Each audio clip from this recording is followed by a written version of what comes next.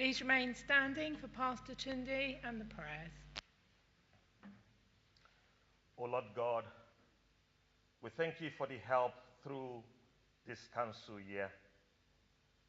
Thank you for the counsel and assistance you have given to all of our councillors and leaders as they have led us and managed the affairs of our borough. Though we have had a very turbulent time in economic crisis, but you have ensured that you sustained our borough, that we haven't fallen apart. As we mark the first year of the war in Ukraine, it has been you who have not allowed the evil that started it to overcome our courage. Thank you for the small and the big victories in Ukraine and all over Europe. We remember the pain of the earthquake in Turkey and in Iran. Tonight we pray for peace, that peace will break out and joy will break out in all of our lands, our communities, our homes. Grant us healing from all of these difficulties that have affected people in our communities, towns, and borough. We pray that the meeting tonight will be smooth with your divine wisdom and counsel. Lord, bless the mayor, the leader of the council, the opposition leader, and all of the councillors. We honor and praise you. In Jesus' name, amen. Thank you. Please be seated.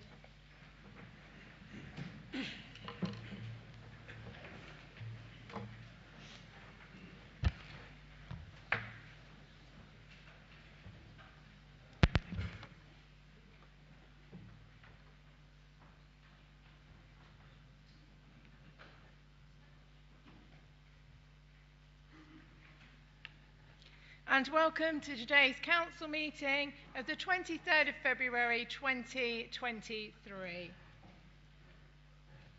Can I just remind everyone to please switch off their mobile phones, and if everyone could check them, thank you. And we shall start on the order paper. Apologies of absence. Thank you, Madam Mayor. I have apologies from Councillors Lackmana and Sweeting. Thank you. Everyone has the minutes in front of them. Has everyone received the minutes and agree the minutes? Thank you. That's the minutes agreed. Do we have any declarations of interest, please? Take that as no declarations of interest. And now we come to my announcements. I cannot believe that we're coming to the end of February already. Time has just gone so quickly, and this is my last full council meeting. So I just can't believe where it's gone. We have been continuing the Mayor's work in all of the community over the past month, and this week all the mayors from across the boroughs were invited to Uxbridge Battle of Britain Bunker. They were invited to a tour, followed by a really interesting talk by one of our archivists in the auditorium. And this was followed with a vintage tea and lunch. Along with that, it was accompanied by one of our singers, Nikki, and she sang some songs from the era. It was a huge success, and our thanks go to all the team who really organised an amazing event. The mayors and deputy mayors came across all boroughs, and they were really impressed with Hillingdon's Battle of Britain Bunker, and they'll be sharing and encouraging their residents to visit Hillingdon. January the 27th marked the remembrance of the Holocaust. Hillingdon took part in this solemn occasion at St. Margaret's Church. The service was led by our local rabbi, attended by our multi-faith groups and leaders, and our forces and residents. It was a moving occasion, lighting candles in memory of the lives that were lost. February also saw the introduction to our new Deputy Lieutenant for Hillingdon, Manju. It was an honour to meet her and welcome her to our borough. We learnt about Manju's background as a cook and the amazing work she undertook during COVID.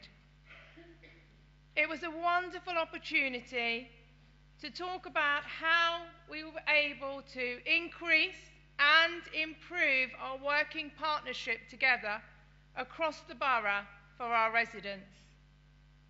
I'm sure you will all meet her very soon as we come to the future events marking the King's coronation. Our last fundraising event will be held on Friday the 10th of March, and we will be celebrating St. Patrick's Day. It is going to be a joyful evening of entertainment. We have Irish singers, we have our local Irish dancing studio, and of course we'll be followed with an Irish stew. Please do support this final event. If you are unable to make it, please do donate to the Mayor's charity, and thank you for those who have donated already. The last two events sold out within 2 weeks, so I would encourage you to get your tickets very early. My most important thanks and notice tonight go to my family, Marios, Polly, Ellie and my mum, for all your support over the last year and coming into what they call the final furlong as the months go on. Thank you also to my colleagues and councillors, Cllr Edwards and Nick Dennis, for covering the work as well. So thank you. It's just been so amazing and so quick. I cannot believe it's gone that quickly. So thank you for listening to the announcements. We will then carry on with the meeting, and we will go to order number 5, the report from Head of Democratic Services. Thank you, Madam Mayor. Just before we refer to the leader, just one slight amendment to the report as printed in the agenda paper at the top of page 2 is detailed. Members are asked to agree the programme meetings with a change of date of Cabinet in January next year from the 4th to the 11th. Thank you very much. These are going to be moved by Councillor Edwards. Thank you very much. Good evening, Madam Mayor. And it is very hard to believe that this is your last full meeting as Mayor. The items before us in Agenda Item 5 are in 4 parts. I do not believe they're contentious, and so with your permission, I will move them together. Section 1, or Item 1, is a straightforward noting of 2 urgent decisions taken since the last council meeting. Item 2 is the members' allowance. Each year we publish the members' allowance scheme, and at the last council we agreed to uplift the members' basic allowance to £12,014 as recommended by the remuneration panel that reported in January, but not to increase it in line with the 2022-23 staff pay award. It was also agreed to freeze the special responsibility allowances paid to other members. It is recommended to the Council that the freeze on the special responsibility allowance continues for the 3rd year, but the freeze on the basic allowance be removed and that the Council revert to the former practice of increasing that allowance in line with the staff pay award to be agreed for 2023-24. At item 3, as has been noted by the Head of Democratic Services, this is the straightforward programme of meetings for the following year, and to note the change. And the 4th sub-point is a tidying of the Constitution to clarify the delegations under planning to the planning committees and to officers. I move those recommendations. Thank you. Is that seconded? Madam Mayor, I second and reserve my right. Thank you. Any other speakers? Is that agreed? Thank you. We now move on to order number 6 on the papers. And we will go to Councillor Mills. Thank you, Madam Mayor. I wish to move the suspension of Council Procedure Rule 14.4, which allows unlimited speaking time this evening for the mover and seconder of the main motion, and also for the principal speaker and mover and seconder of an amendment. Thank you, Madam Mayor.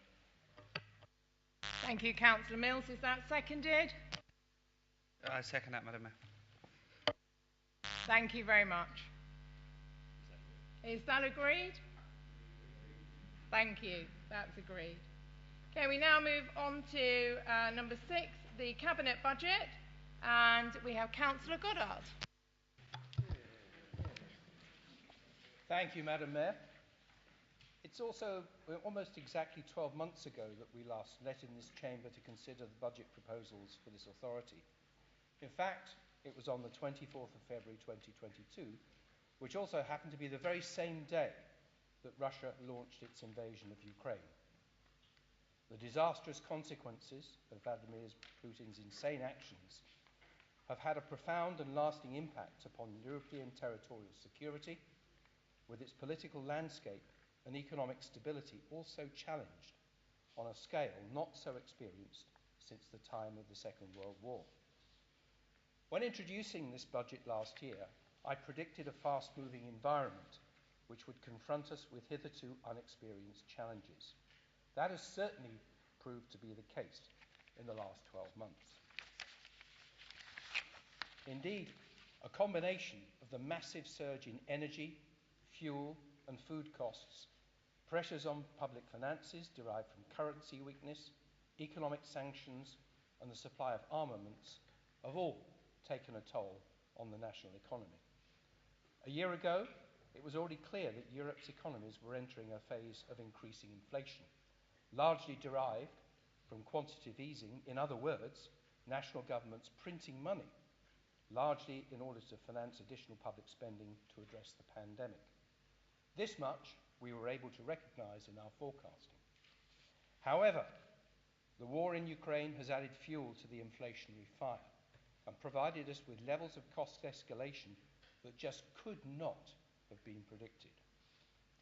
In December 2021, the reported Consumer Price Index annual rate of inflation stood at 5.4%. By April 2022, this had risen to 9%. And by October of last year, we had reached what many believed to be the peak at 11.1%, with the latest reported rate for January 2023 falling back to 10.1%. Madam Mayor, this is the highest rate of inflation which this nation has sustained for over 42 years.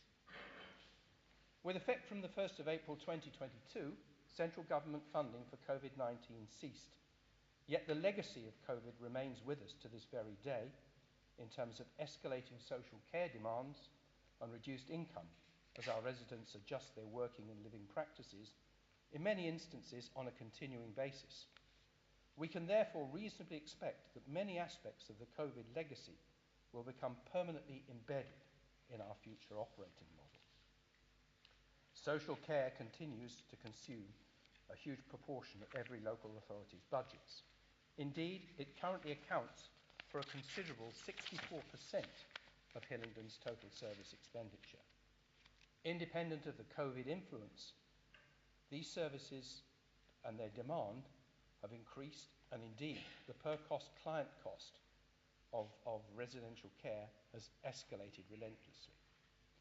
Cost of living pressures have had an adverse impact upon families and businesses alike, with the UK hovering on the brink of an economic recession, with the inevitable direct impact on social care needs and collection performances for council tax and business rates. During the year, interest rates have risen in an attempt to counter inflation. A year ago, the Bank of England base rate stood at 0.5%. Today, it stands at 4%, with expert forecasters suggesting that at the very least, a further 0.5% increase looks probable. Madam Mayor, at 4%, we are experiencing the highest interest rates in this country since October 2008, almost 15 years ago. These factors have conspired to create what can only be described as a perfect storm for local authority finances, particularly and most significantly as central government grant funding has been and will continue to run flat, thus not providing the necessary levels of increased support to enable local authorities to balance their ever-increasing cost budgets. Madam Mayor, last year I reported that local government settlement was for 3 years. Today, in actual fact, we have received a final settlement which in reality is comprehensive only in terms of the upcoming financial year 23-24. Thus, we are confronting material uncertainties in our levels of central government funding for the later years of our MTFF, and I will return to this subject later in much greater detail. By April 2022, it was clear that the pressures which I've already described would have a profound impact upon our financial position without a substantive response. I therefore requested that our officers carry out a comprehensive reappraisal of our financial position. The conclusions from that report that followed were that we were heading for a major budgetary gap in the current financial year 22-23 and the next 23-24, unless we took major and rapid corrective action. It was clear that to a very material extent, we were unable to influence the income levels in 22-23, and that therefore the most effective measure open to us was the development of a major cost savings programme. The savings programme, which has subsequently been developed, yields cost reductions amounting to £46 million across the full term of the MTFF. And in the history of this authority, that is unprecedented in its scale and reach. Madam Mayor, I will leave it for my colleagues who will speak shortly to comment on the specific implications of this savings programme and other aspects of the MTFF as they affect their own portfolios. But there are a number of extremely important overriding principles which have been adhered to in its development. Firstly, we've looked to modernise the way in which we deliver services, making the maximum use of current and proven technology. We've identified, and will continue to do so, ways of consolidating the use of teams of people and premises in our delivery of services, particularly where there is an overlap in those particular services. In identifying such consolidations, we have prioritised the distinct needs of communities and localities within the borough. We've sought to manage and contain high-cost demand for frontline services by the greater use of early intervention measures, particularly in areas such as social care and homelessness. We have looked for opportunities to commercialise our operations wherever possible. We have challenged the cost-effectiveness of many bank office functions and have driven out duplication and overstaffing. We have determined that elective services provided by the council, which are not used by all residents, should at least break even at a direct cost level, with, of course, a direct influence on levels of fees and charges. As an overriding principle, we have used these cost-saving measures to ensure that key frontline services are protected and that our promises to our residents are fully observed. Madam Mayor, the scale and reach of these savings measures is, as I have already said, unprecedented in the history of this authority. And therefore, I must thank Tony Zeman and the entire corporate management team for the positive and supportive way in which they have engaged in this process. This has brought about the need for fundamental cultural change in the way in which this authority and its officers go about their business.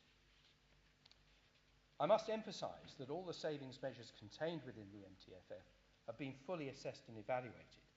They are highly specific, and hence I share with our senior officers a confidence that they will be delivered. I also firmly believe that we can do more to generate further cost savings, and that these will be necessary to strengthen our reserves in what will continue to be a difficult and challenging economic environment ahead. I will therefore be initiating a further savings programme in the very near future. It is inevitable that many of the measures identified within the savings programme could not be delivered immediately. Indeed, some of the more complex areas requiring business process re-engineering still lie ahead of us, and thus it was inevitable the number of elements of cost escalation will be sustained in the current 22-23 financial year. We have therefore successfully absorbed these cost increases from within our earmark reserves. I make no apology for such usage. Earmark reserves are created to provide this authority with the resilience needed to negotiate financial pressures. However, it is now pleasing to report that recent budget monitoring reports for the current financial year are reflecting stability and predictability. Situations such as the one that we found ourselves in earlier in this financial year precisely address the justification for deploying earmark reserves. We have used them properly, but now we must reinforce them for future release. I must emphasise that throughout the course of the current year, there has been no use or depletion of general balances, which, by the way, we will also seek to strengthen. Madam Mayor, aside from the very small number of specific and long-planned allocations, such as the funding of the Older Persons Council Tax discount, I must emphasise that this forecast does not make use of earmark reserves in delivering a balanced budget going forwards. A number of key principles underpin the medium-term financial forecast. We have preserved, supported and invested in our frontline services, and we will continue to do so. We recognise the significance of our frontline services and their importance to our residents. Hence, there have not been, and there will not be, any cuts to key frontline services. Indeed, our philosophy is that we will provide whatever it takes in resources and funding to ensure that high-quality service is delivered. We have recognised the domestic cost of living pressures that our residents all face and have sought to minimise further costs, albeit, sadly, that the reality is that some cost escalation is absolutely inevitable. We have kept the promises made to residents in our manifesto and have sought to maintain the supportive environment available to our older residents. We continue to invest in our infrastructure, leisure facilities and schools through our capital programme, which benefits from our strong balance sheet.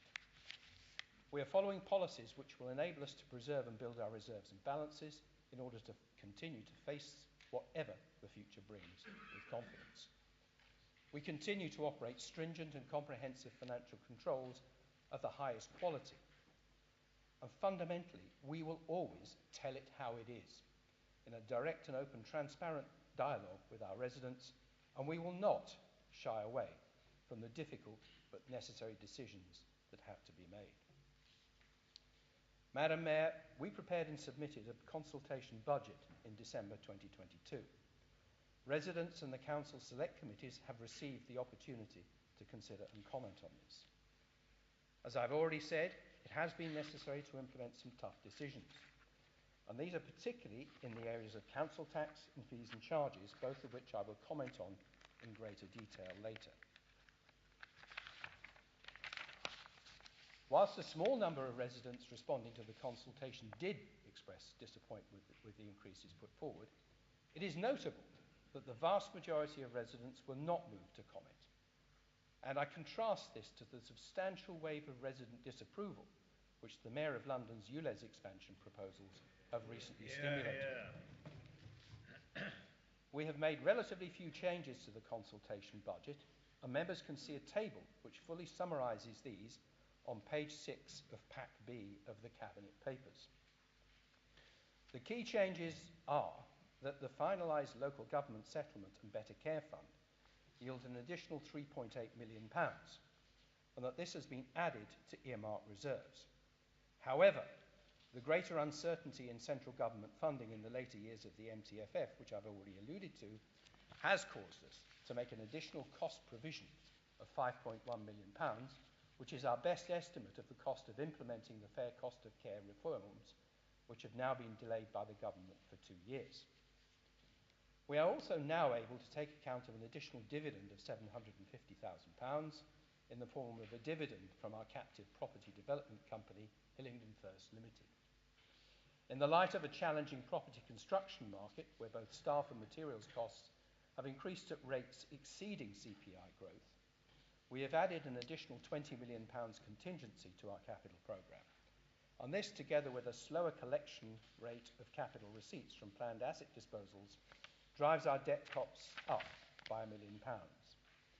Madam Mayor, in summary, this brings us to a position whereby we can propose budgets which are fully balanced for the financial years 23-24 and 24-25, with a very slightly increased budget gap, the budget gap being £9.7 million, which represents an increase of £200,000 for the years 25-26 to 27-28. Madam Mayor, it should be noted that officers estimate that £5.5 million of the £9.7 million budget gap in later years can be attributed to the uncertainty as to government grant levels in the last 3 years of the MTFF, where quite rightly a prudent and arguably pessimistic position has been taken by us in terms of future funding levels. Turning to our service expenditure forecast projections in the MTFF, we will experience an increase in annual costs from £251 million in the current financial year to £300 million by 27-28. That is an increase of £49 million, and that is after we have realised the benefit of our £46 million savings programme, which I've already described. So to be absolutely clear about it, if we had not initiated the savings programme, our costs would have escalated by £95 million. Inevitably, the largest single factor in this cost escalation is inflation. This is projected to amount to £60 million across the 5-year term of the MTFF, with £32 million worth of increases falling within the first 2 years of the forecast. Of these increases, £15.3 million is in respect of social care costs, while £10.7 million is derived from anticipated pay settlements. A further £5.8 million is expected to arise from the renegotiation of outsourced contracts. Whilst the Bank of England projects that inflation will fall back to 4% by the end of the current 2023 calendar year, we have retained higher rates of inflation within our forecasts, and that actually is 10% in each of the first 2 years. Firstly, because staff pay settlements are agreed retrospectively, and secondly, because a number of the authorities' outsourced contracts are in a queue waiting to be negotiated. Furthermore, it is my view that there may prove to be an undue degree of optimism in the bank's projection, and hence we may find that higher levels of inflation remain with us for somewhat longer. The growing demand for council services is also a key factor, with this adding £23 million to our costs by 27-28. Adult social care placements, support for looked after children, and support for children with disabilities collectively accounts for £15 million of this increase, whilst a further £2.9 million is derived from population growth and its influence upon the cost of waste disposal, and a further £2.1 million is attributable to the increase in provision for homelessness. Within our financing and corporate budgets, the largest influence for change is in respect of our debt service costs, which are projected to increase as a result of the progressive upward increases in interest rates recently made by the Bank of England's Monetary Policy Committee, and the changes in the level of debt required to finance part of our capital programmes. This generates an increase in debt service costs of £6.5 million by 27-28. However, we've been sheltered from the very worst impacts of interest rate rises by our long-term borrowing strategy, which I will comment on later on. Concessionary fares, which are recharged to us by the Greater London Authority, are forecast to return to pre-pandemic levels, thus adding £4.1 million in cost by 27-28. Whilst our costs will see a major increase across the life of the MTFF, it is very clear that the only income source which we can count on to provide us with growth is council tax. This is projected to grow by £35 million across the term of the MTFF, with £28 million of that being derived from increases in the prevailing rate, and the balance of £7 million being derived from an expected growth in our population of taxpayers.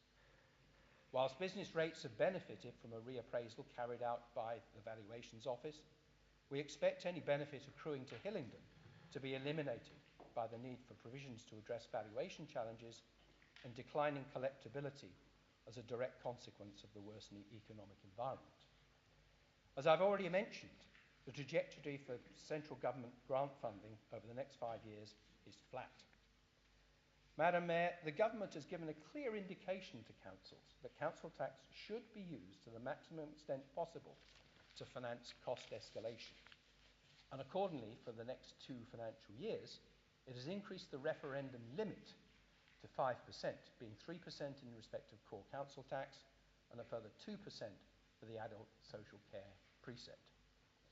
In common with the vast majority of councils in England, Hillingdon therefore proposes to set its core council tax at an increase of 2.99%, with the social care precept being set at 2%, This will have an impact of increasing Hillingdon's council tax for a Band D equivalent home to £1,326.32, or an increase of £1.21 per week.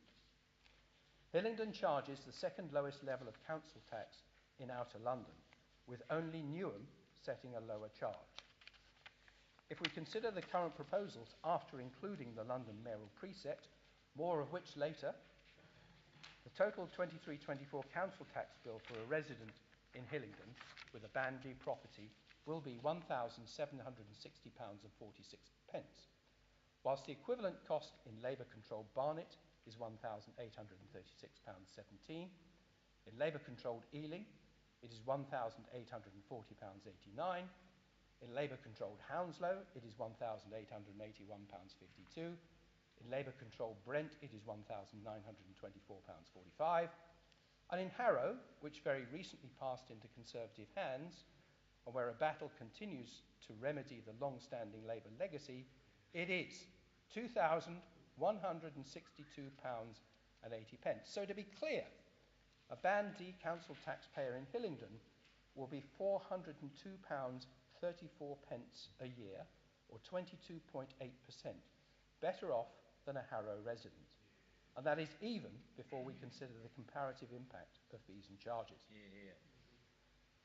Consolidated within the annual council tax costs that I've referred to is the London mayoral precept, which is a levy on all London borough residents.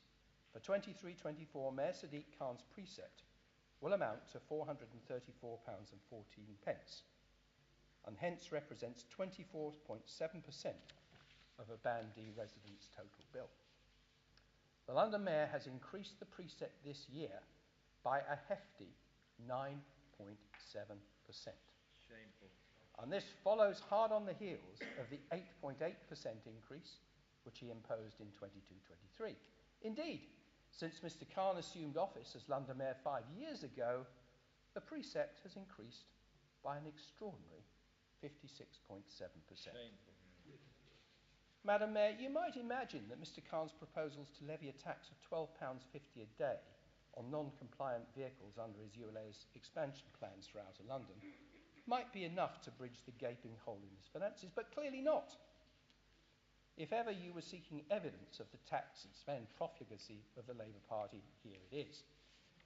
Not only does the Mayor try to repair the gaps in his transport and policing budgets with his excessive taxation, but he's also pursuing an expensive TV media campaign in his vain attempt to justify his expanded ULEZ policy. Madam Mayor, we should also be aware of the consequences of poor financial management and the uncontrolled spending policies that have forced 3 councils in England to speak a special dispensation to increase their council tax by rates in excess of the referendum rate. In Thurrock and in Slough, the increase will be 10%, whilst in Croydon it will be 15%. It is also clear that many other authorities are struggling to achieve a balanced budget. Let us return to the sanity and control which Hillingdon Conservatives have achieved over the years. Over a period of 10 years, up to 2018-19, this administration operated a freeze in council tax rates, whilst at the same time preserving, and in many instances enhancing, frontline services. Today, that freeze is worth a saving of £5,081.18 to a Band D council taxpayer who lived in Hillingdon throughout that 10-year period and continues to live here today. Over the period from April 2008 to December 2022, the Consumer Price Index, the generally accepted measure of inflation, has increased by 46%. Over the same period, the population of this borough has increased from 262,500 to 305,000. That's an increase of 16.2%.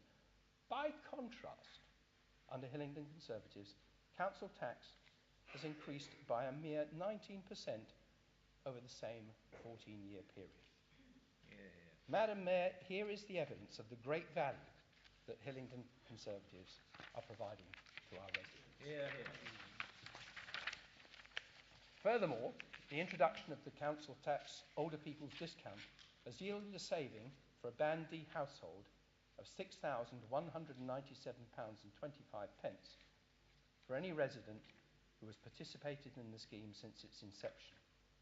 If ever you were looking for evidence of our great support for our older residents, here it is. As a borough, our fees and charges are amongst the very lowest per capita in London.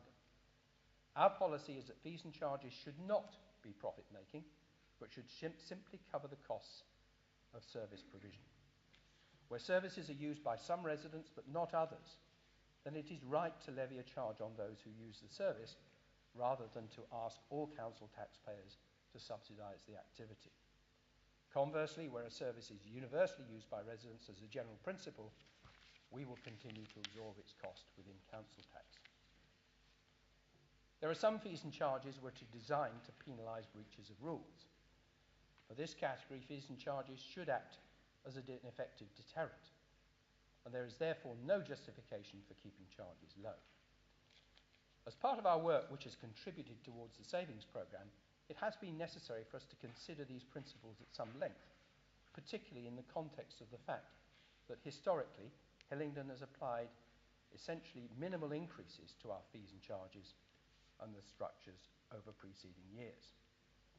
This has brought about a situation where we are firmly and clearly entrenched in the bottom quartile of the table of fees and charges levied on a per capita basis amongst London councils. Indeed, statistics indicate that we have the third lowest fees and charges on per capita basis of all outer London boroughs. This MTFF therefore contains proposals that will bring about a reset in our fees and charges such that they will be increased by an average rate of 30%. Whilst this will permit us to achieve a full cost recovery on the provision of elective services, it will still leave us as the third lowest of outer London councils on a per capita basis, albeit with a reduced gap to our neighbouring boroughs. In making these changes, we recognise their significance. However, when spread across a typical year, their impact on residents will not be substantial, and they must be viewed in the context of the significant discount which Hillingdon residents have enjoyed and will continue to enjoy in comparison with their residents in neighbouring boroughs. Excuse me. In future years, I would expect to see fees and charges move by no more than the prevailing rate of inflation. The significance of a stable financial position and the strong management that it enables the council to invest in frontline services and infrastructure with confidence. Excuse me. A confidence that these consequences of its actions and decisions are beneficial to our residents, are measurable and understandable in terms of their impact on our financial position. This Conservative administration believes that council tax received from our residents should be used for two purposes only.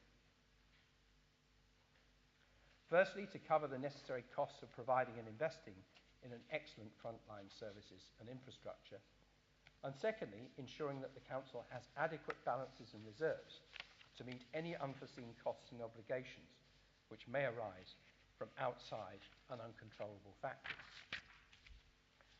Hillingdon carries a level of balances which are assessed professionally as being appropriate to and consistent with our economic environment and identified risk profiles. At the end of 22-23, in just over a month's time, Hillingdon will hold £45.2 million in general balances and earmarked reserves. And this, of course, is after we have absorbed the pressures of 22-23. This represents a stable platform for our activities and our risk environment as assessed. Of the foregoing balances, 26.8 million is in general balances and is satisfactorily within the target range set by our Corporate Director of Finance for 22-23, that range being 20 million to 39 million.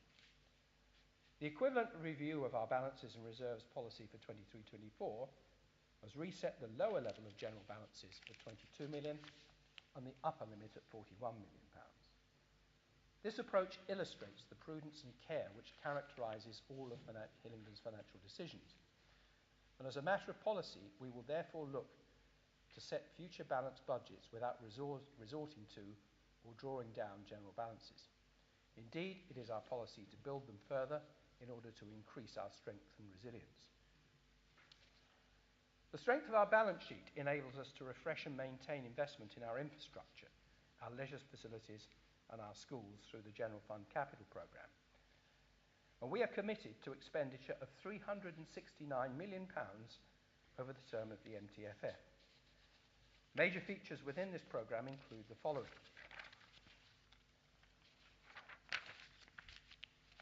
£35 million for the new Useley and West Drayton Leisure Centre, £20 million on reconfiguring the Uxbridge Civic Centre, which in turn will generate cost savings, income and capital receipts, £25 million on an outdoor sports and leisure facility, which will replace the HOAC facility, which has been displaced by HS2, £15 million working capital funding for our captive property development business, Hillingdon First Limited, to finance pipeline housing construction projects.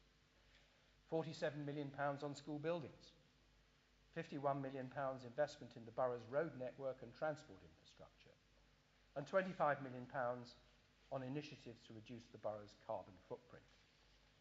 This represents a firm commitment to enhancing and maintaining the environment which Hillingdon residents enjoy.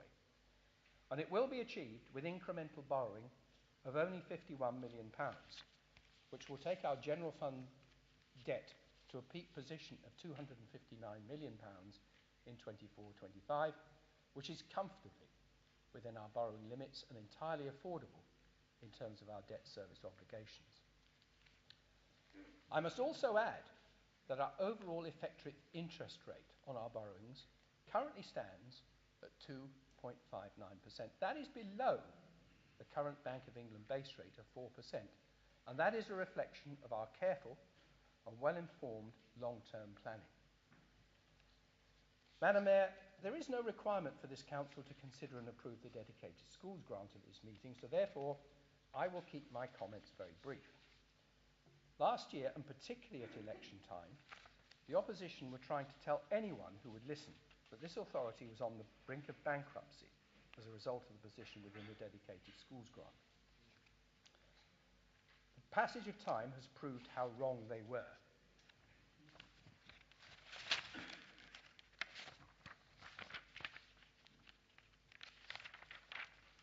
The dedicated schools grant is under control, and we have already received £12.9 million from the Department for Education under our agreed plan.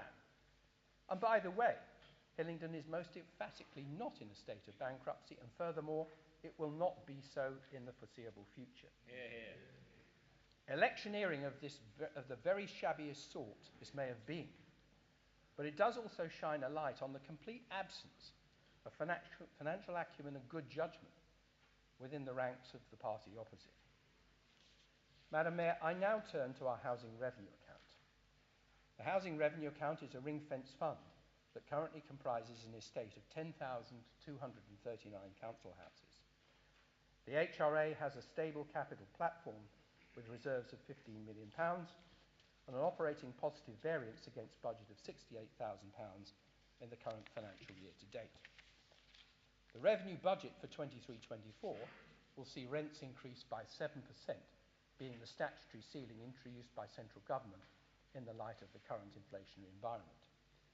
This generates an increase in rental income in 23-24 of £5.5 million in monetary terms, while costs are forecast to increase by £5.9 million, the largest factor being payroll costs, which have moved in accordance with inflation.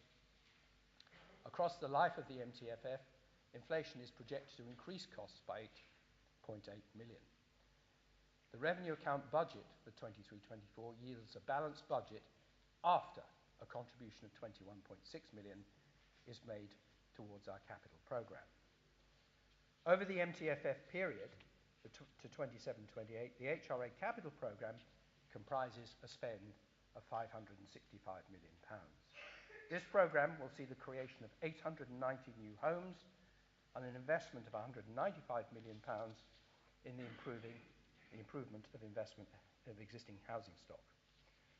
Over the period of the MTFF, borrowings to finance this programme will increase by £174 million, with the peak level of borrowing being 340 million, which is reached in 26-27. Once again, this stays within acceptable levels and debt service costs are comfortably assimilated. Madam Mayor, as I've already stated, our policy is that we are absolutely committed to continuing to do whatever it takes to maintain, indeed enhance, the comprehensiveness and quality of our frontline services. There will, of course, continue to be bumps in the road derived from the inevitable pressures derived from continuing high growth in our population, the ever-climbing demand for key services, including social care, and, of course, inflation. We've reached this highly satisfactory budgetary position today through an approach of vigilance, expertise, early responsiveness, and honesty. We will continue to monitor trends in economics and demographics closely. We will respond to the challenges they bring with solutions. We will not shy away from difficult decisions, and we will always tell it how it is. This budget preserves the manifesto promises made by Hillingdon Conservatives at last year's elections, and we will continue to honour those pledges. We recognise that the current cost of living pressures are challenging for everyone, and that it would be therefore wonderful if we could completely shelter all residents from the increased cost of running the authority, but that is just not possible. We are realists, and it is inevitable that we will all, as residents, have to share in an increased burden. However, it should be of comfort to us that here in Hillingdon, the cost of council tax and fees and charges are amongst the very lowest in Outer London, and that is a position that we will strive to maintain. Madam Mayor, this is an excellent budget for this authority and for our residents. It is careful and prudent in its approach to the risks that it faces, but it is forward-looking and dynamic when making the right provisions for our residents. It is a budget for investment in our frontline services, and investment in our infrastructure. It is a budget which will allow us to rebuild our reserves and strengthen our resilience. In closing, Madam Mayor, I must acknowledge that this budget has been a considerable collaborative effort by our excellent team of officers. I've already recognised the contribution made by the corporate management team, but this budget also relies heavily on the expertise of the Finance Directorate. It is important to understand that the Finance Directorate doesn't just take care of accounting. It also comprises financial planning, treasury, transformation, procurement, counter-fraud, pensions, revenues and benefits, and internal audit. I therefore wish to offer my most sincere thanks and appreciation to our Section 151 officer, Andy Evans, to Ian Waters, Gemma McNamara, Matthew Kelly, James Lake, Alex Brown, Andy Goodwin, and Chris Mayo, and all their colleagues, all of whom have worked long and hard to great effect in delivering this endeavour. Madam Mayor, I therefore move recommendations 1 to 16 as set out in Section 6 of the Order of Business. Thank you, Madam Mayor.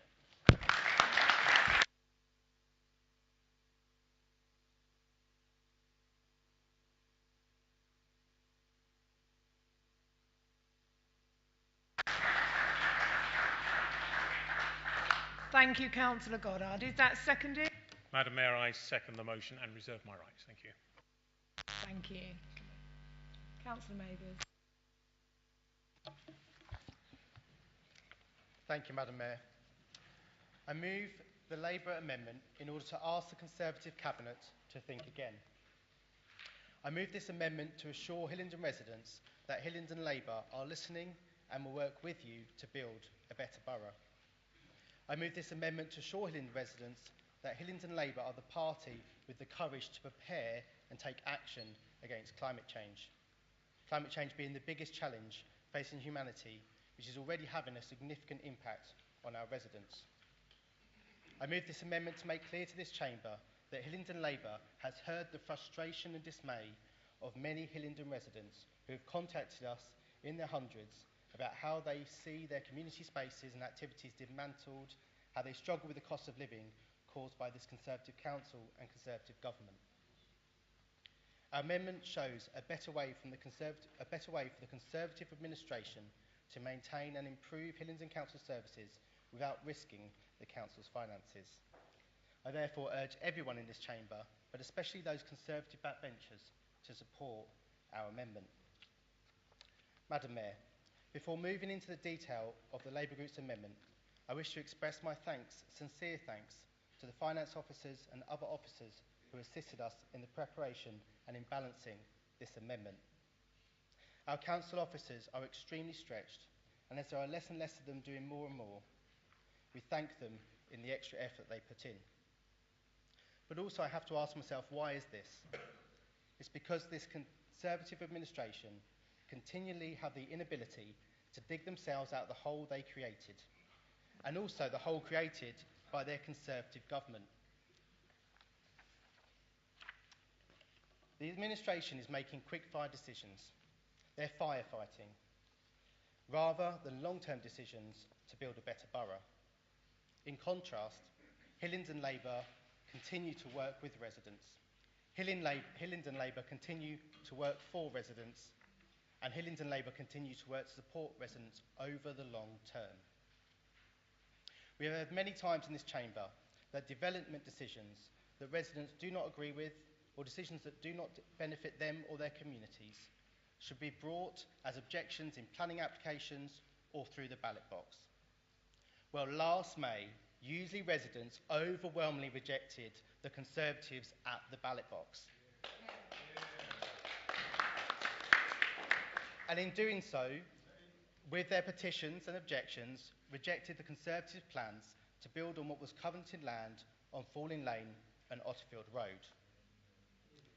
Our amendment removes the proposed capital development to allow the Cabinet to go back to the drawing board, but this time when they do, they should take time to listen to residents, to work with residents, and to build long-term plans for residents to help residents to thrive in their communities.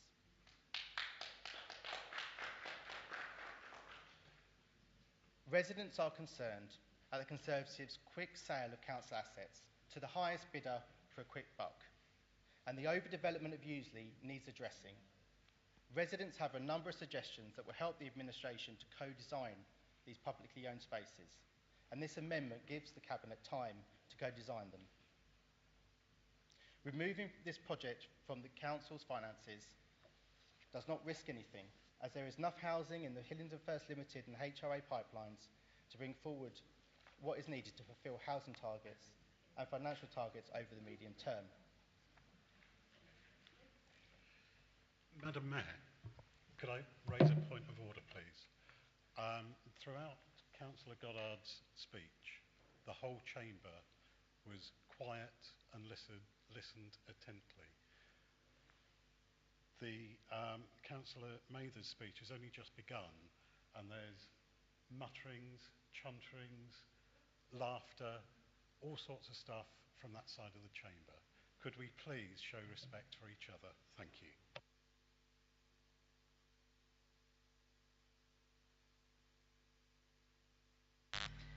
Thank you, Councillor Coney. It's noted, although I didn't feel that that myself was an issue, but it is noted, and I'll take that on board.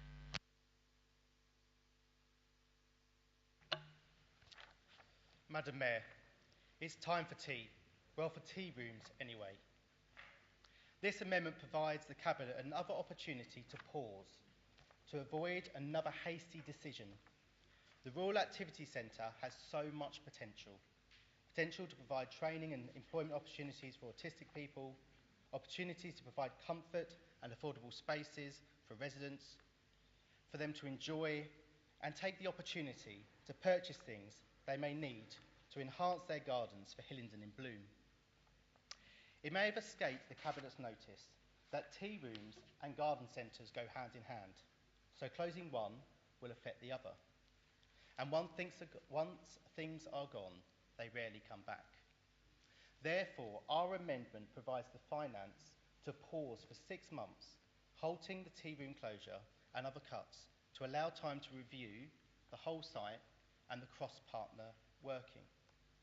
Just 75,000 will allow departments to work together with stakeholders in order to provide business development support to identify opportunities and efficient cross-working, and also to look at generate enough income in the site over the years to sustain it. In the long term, these efficiencies through partnership will lead to savings, not cuts or provision. Hillingdon Labour are happy to work in partnership with the Conservatives to assist them in how to meaningfully work in partnership with the community. As this amendment highlights, their attempts to work in partnership with the community just haven't worked. Look at the bowls clubs and their misguided attempts to work in partnership. It could almost be perceived as slightly heartless. Members of the bowl clubs are predominantly older. Bowls provides them an opportunity in an accessible way to engage in physical activity and increases socialisation. Of course, it's open to all ages, so many benefit from the health and wellbeing opportunities. The Labour amendment reinstates the provision for the council to maintain the bowls greens, with a review to provide 30k of savings. This allows the administration's proposal. This removes the administration's proposal to get rid of the maintenance support, where they buy the equipment and do, as in the bowls clubs, and do the work themselves. This cold approach to cuts shows that the Conservative administration just does not understand their communities or their needs. In addition, I want to state that as part of the usual duties, our amendment will task officers to support the clubs to increase the use of the bowling greens and sustain their vital role in our communities. Just before Christmas, Hillingdon Conservatives cruelly put parents through unnecessary anguish. They made a knee-jerk decision to close 3 early years centres that many rely on for childcare. That was before they made a U-turn due to the fact they hadn't properly consulted families. Not only did this show weak leadership with knee-jerk reactions, but highlights the continual lack of engagement with residents. I truly worry how many residents have really been engaged who use those childcare facilities with the proposal of this sharp increase. Therefore, as a mitigation from the harshest of increase, this amendment enables a small contingency of funding to enable some subsidy for those who genuinely cannot afford to bridge the gap from the old fees to the new fees. These knee-jerk decisions have consequences. Many of them may be a knee-jerk to the 12 million they have to find to plug the gap in the designated schools grant.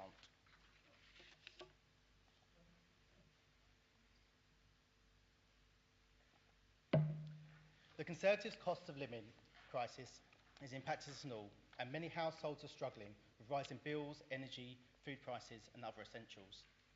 According to the Office of National Statistics, at the end of last year, around half of adults in Great Britain were reporting buying less when food shopping, with lower income households hardest hit by rising food costs. 6 out of 10 adults in Great Britain said they were using less fuel due to the cost of living crisis. Adults in rented accommodation and those who earn less than $30,000 a year are more likely to experience energy insecurity. The effects of this include financial insecurity and also impact their mental well-being. This amendment combines our climate change action plan strategies with long-term support for residents against higher energy bills, as well as investing in our housing stock. The Labour amendment complements the Conservatives' HRA extension schemes by upgrading it to make sure properties are energy efficient and have renewable energy capabilities.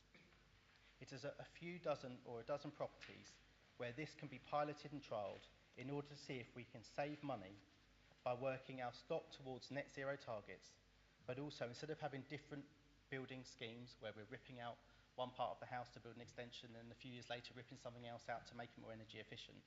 There's cross-department working together, there's collaborative approaches in order to use this pilot to make these spaces and places net zero. This will not only enrich housing stock, but help us help us reach our net zero, I've said it too many times now, and save the tenants money in the long term. The improvement to the budget with this scheme, combined with the scheme the Cabinet is suggesting, will help resolve some overcrowding and affordability for those residents it's piloted for. It is also part of our long-term focus that we hope the Cabinet will adopt in order to look at sustainable and renewable sources for different council properties and housing stocks. And that's why we will be looking to invest $300,000 in a renewable energy scheme in a supported living scheme. This starts off with a pilot at one site to assess financial viability, but it will result in the council saving money on energy bills for the communal areas, and equally residents saving the same. It stops us seeing residents fall into fuel and financial hardship. The reduced service charge should also have a positive impact on clients' contributions in this area and produce a saving for the general fund. This amendment costs out for the Cabinet the ambition and drive they need to achieve their targets. With Hillingdon Labour, the focus is long-term preparation and savings, not short-term panicky decision-making or a lack of future preparations as seen in the current Conservative administration. This amendment is equipping the Council to meet its net zero targets. The short-term thinking of the Conservative administrations means they are not preparing for the transition to carbon zero. Not only is this an example of weak local leadership, but also financial irresponsibility. It was the Conservatives' local inaction on the vehicle fleet in years gone by that was pointed out to them by us several times, and their lack of innovation that meant they've been unable to tackle climate change and look at how to make their fleet sustainable. We have seen a fuel spike let's start again, done it twice now. We have seen a fuel price hike. We have seen technologies that would have helped them be sustainable to deplete. So now may not be the right time for us to change our fleet to electrification, but we need to start doing the work. We need to understand if the Harlington Road depot needs to be transitioned into electric or other means. In this amendment, we've set aside capital money for the future, but feasibility money now, so that we know the answers, so that we know what needs to be done, rather than just sitting there not knowing what to do. And I've no doubt that in a few years' time, under a Labour government, we'll be in a much better economic place in order to do this in an affordable way. In the absence, Conservative administrations, joined-up thinking, lack of innovation, lack of truly planning action to get to net zero, we have made sure that there is a lot of opportunity for innovation. Officers need faith that the administration wants to encourage innovation and that it's willing to innovate to achieve net zero. And residents need the same. That is why the capital has been slightly reconfigured to allow innovation in climate change for council projects, but also to create climate change sustainability options through the Chrysalis Fund. In 2024-25, this amendment is proposing 25% of the Chrysalis Capital Programme budget promotes and targets sustainability as well as community benefit. For example, some solar panels on a sports club, enabling that sports club to be sustainable, have renewable energy, but also benefit it financially. It enhances our physical environment. Madam Mayor, Hillingdon Labour are encouraged that the Cabinet continue to incorporate our previous amendment ideas in their budgets. We're encouraged to see the feasibility studies to place the Battle of Britain bunker and other heritage sites into charitable trust, as well as their adoption of the idea to develop community hubs. Sorry, our idea even. However, this amendment plugs the gap where the Cabinet's vision is limited. It helps to enhance what is needed to have a truly vibrant community hub model. Libraries have the huge potential to be community hubs in every town in this borough, but the short focus of this Conservative administration is cutting them to the bone and closing them part of the week, putting this model at risk. Hillingdon Labour vision is to use the libraries as a multi-service setting, providing truly locally based resident services of what's needed. If the council take on our proposal a small £150,000 reversal on library cuts, then they'll be able to realise the vision of the community hub model, and it would deliver further savings in the future. This amendment invests in the community hub model by piloting other aspects too, resourcing community hubs to support local communities to build mental health resilience. Where the mental health pilots are in 3 locations, it's hoped that through that engagement, where there are those who don't quite meet the NHS support thresholds or even our own, that they'll still be able to build up resilience and self-confidence to prevent poor health outcomes. This impact in the long term will mean that there's lessening demand on council and NHS services for this small cohort that quite often need extra support to thrive in the area they live. Through the hubs model as well, this amendment invests in reversing the majority of the cut to the community safety team, instead investing 60,000 in a training officer to support community hubs to focus and understand community safety issues, and for services to be provided in a local touchpoint through the community hubs for residents. This role will decentralise the community safety team. It will help prevent antisocial behaviour, resolve local issues as officers are more familiar with their own patch. These locally based officers in community hubs who understand their communities will be able to support residents in a holistic way, rather than the maze of multiple departments that unfortunately is the nature of local councils. This will provide the resolving of issues on a street-by-street level. This is the chance for the Conservative administration to really get what they've been wishing for. A chance to be connected with residents at a local level, rather than the current ivory tower approach to designing services. Ivory towers do not help residents resolve common issues they face, as I'm sure many in this chamber have received numerous complaints about the increased number of houses of multiple occupations. They may be a shortcut way for the Conservatives to increase council tax, as each room is charged at Band A, generating 4 times council tax for a house that may have been at Band E or higher in the past. It may be another shortcut for housing targets in highly dense areas. But it is destroying our local communities when there are too many in the same place.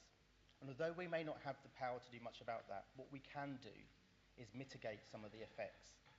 There are some good HMO landlords, but without a constant standard to work to, this council is often left picking up the pieces. And in the case of HMOs, that's picking up the pieces of fly tipping, that's picking up the neighbourhood disputes and the noise complaints. It's not pleasant for those tenants and neighbours, both within housing multiple occupation, but alongside.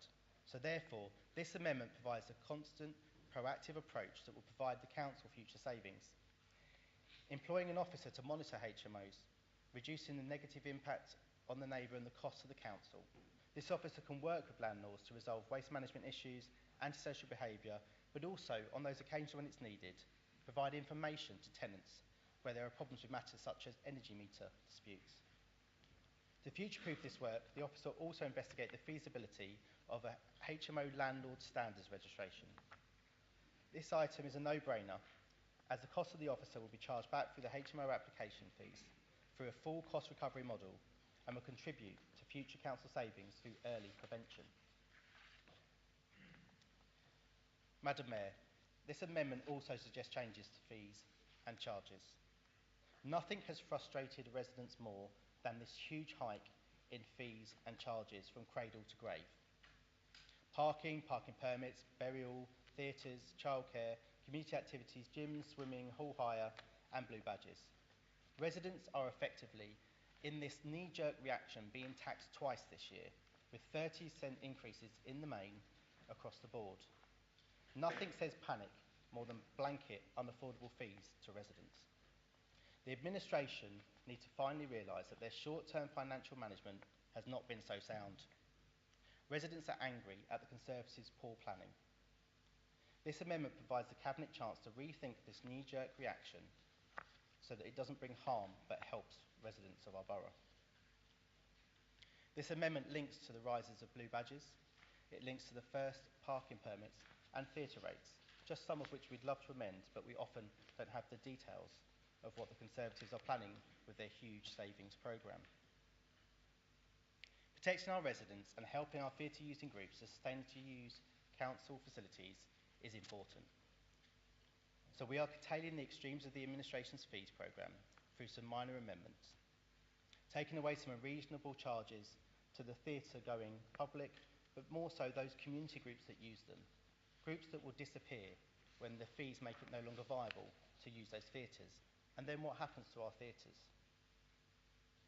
Parking permits, which I must remind in parking management schemes, that residents don't openly want them often, but they have to have them because airport firms are parking on their street because they live by a station or a high street. It's not a luxury, it's a necessity. and therefore the increase or the introduction of a £75 parking permit charge for the first permit is unreasonable. A few years ago, residents paid £40 to have 2 parking permits. Now they would have to pay £185. The above inflation rates of knee-jerk, panicked reactions when they struggle to balance the books is what is causing residents the most misery with this budget, especially when they're charging for the implementation, often paid by Transport for London, and the enforcement, which residents rarely see. This is both unfair, unnecessary and shameful. A small administration fee for the permits, which are mainly done through digital processes, would be reasonable. But to do it in this way just shows how the Conservatives are happy to see community groups fold, theatres close, and they're happy to overcharge residents as they struggle with the cost of living.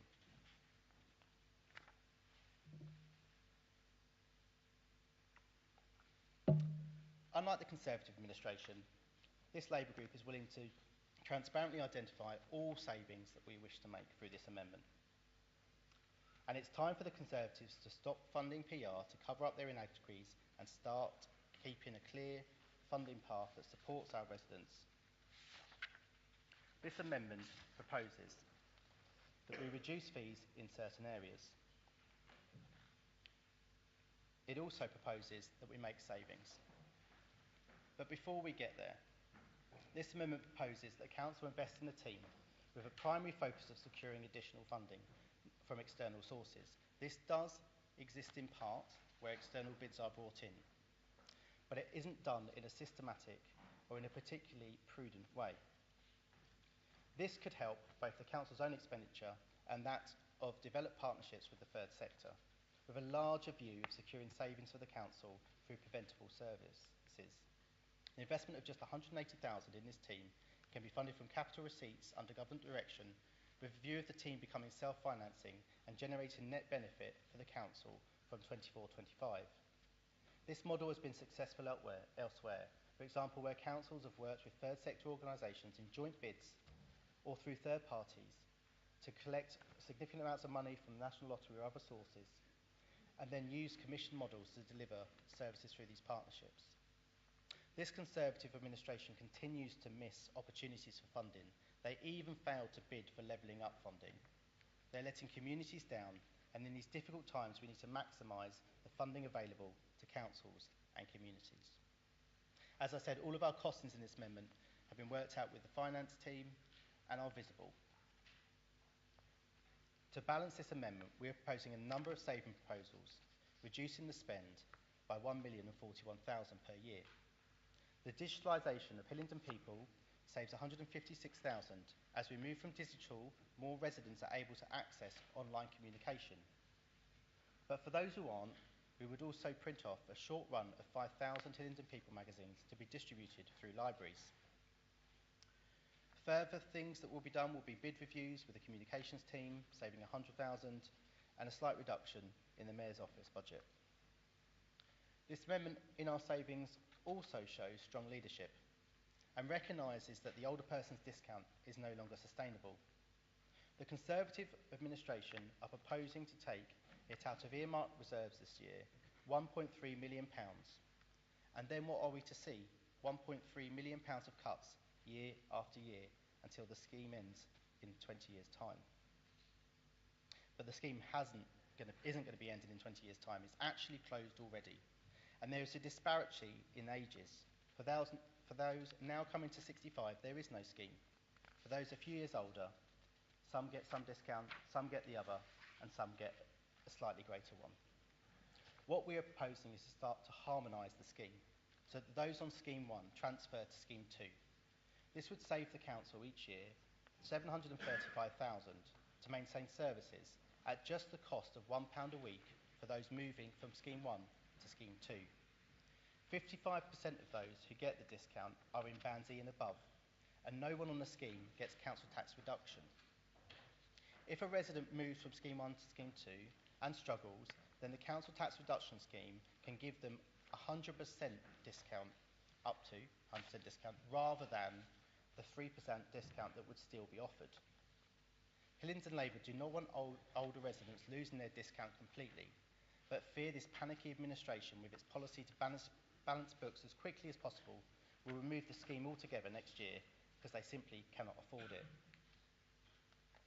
In times when residents need us to prioritise our spending, excessive publications and marketing is a wasteful use of taxpayers' money. So cutting marketing is a no-brainer. It allows the opportunity to invest in community hubs model, increase libraries, support our bowls clubs, reduce the harshness of administration's fees rises. And if Conservative colleagues vote against these tonight, they are voting against safer communities in favour of excessive marketing. And I would ask, again, where are their priorities? So these savings allow this to be balanced. These long-term looks enable us to support future council savings. But also, this Labour budget amendment invests in improving experience for our residents, particularly our council tenants. The council tenant customer experience and the speed in which repairs are resolved is something that this amendment looks straight into. We need to have more control of our repair services, and under control of Hillingdon Conservatives, Hillingdon Council is at risk of being a bad landlord. Cold, mouldy properties are dangerous. We've heard those risks, we've had those debates in the chamber. And we do get constant complaints as councillors about delayed repairs, about multiple sites visits again and again. It is wasting our housing revenue accounts money. This has to stop, and the Cabinet need to act. So our amendment provides scope for review to improve customer service and in-source contracts on a natural basis, maximising efficiencies and show our residents that we can be good landlords. And as we hold our landlords in HMOs and others to a higher standard, we have to be able to demonstrate that ourselves as a family. Two examples sit in my mind. One, where through an outsourced contract, one of our elderly residents, or vulnerable residents, was left without a heater, even though that's the policy when the heating goes during the winter. And the other one, which was a clear waste of our money and would frustrate us all, where a leaking pipe coming into the exterior of a building and damaging the brickwork, a simple solution, which was basically to close it off, led to 5 different visits from 5 different contractors, one travelling all the way from Scotland for that one job. How is that efficient? It's examples like these that will frustrate all of us here, and examples like these which means we need to start having greater control of our repairs to our housing stock.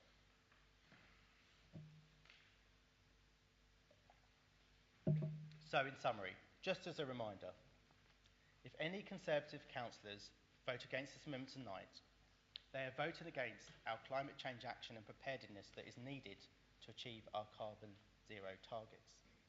They are voted against modest fees rises for residents in a cost of living crisis. They are voting against community groups in theatres and bowl clubs. They are voting against the opportunity to keep libraries open and to keep the Rural Activity Sea Centre open. I urge everyone here to vote for the Labour amendment. It is a chance to move away from a panicky Conservative cabinet and to learn from our residents, to support our residents, to work alongside our residents and to improve our council's financial viability for the long term. Madam Mayor, I move.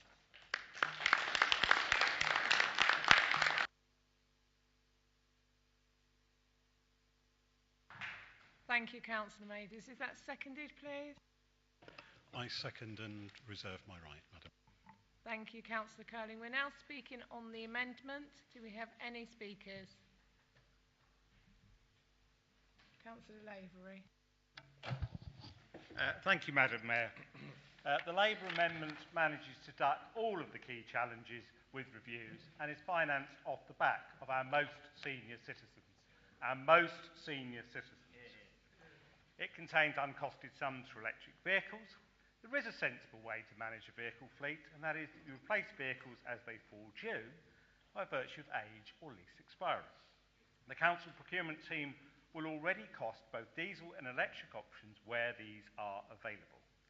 It should be recognised that currently, the larger the vehicle, the more limited the options. It does not need a consultant to tell us if electric vehicles exist or whether they're currently robust. And if I take the example of dust carts, most of you will know what I mean, having seen an example last winter of a fleet where its batteries failed. In terms of our heavy fleet, there are in many cases no viable alternatives. There are also knock-on costs from reduced payload and the efficiency of operation with battery charging time. The way the amendment reprioritises the carbon budget is a fudge. I would rather spend our carbon money where there is clear evidence, such as retrofitting buildings, rather than spending money on fashionable but unproven technology. Our library plans are thought through and a sustainable operating model based on usage which has declined post-pandemic. They are already a key feature of our communities, and plans coming forward from this administration will make them even more so. I don't need to be told how to do this by the Labour Party. I'm sure the $150,000 cost of their proposal was not plucked from thin air, but who knows? In the very short time available, given the late presentation of the amendment, we estimate that $250,000 is a more realistic option to maintain staffing levels while allowing lunch. In terms of value for money, only our busiest library here in Uxbridge has significant lunchtime footfall. That is the only one, and I have got the statistics.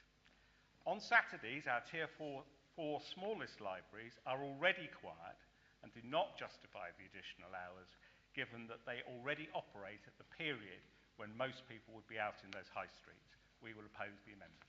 Thank you, Madam Mayor.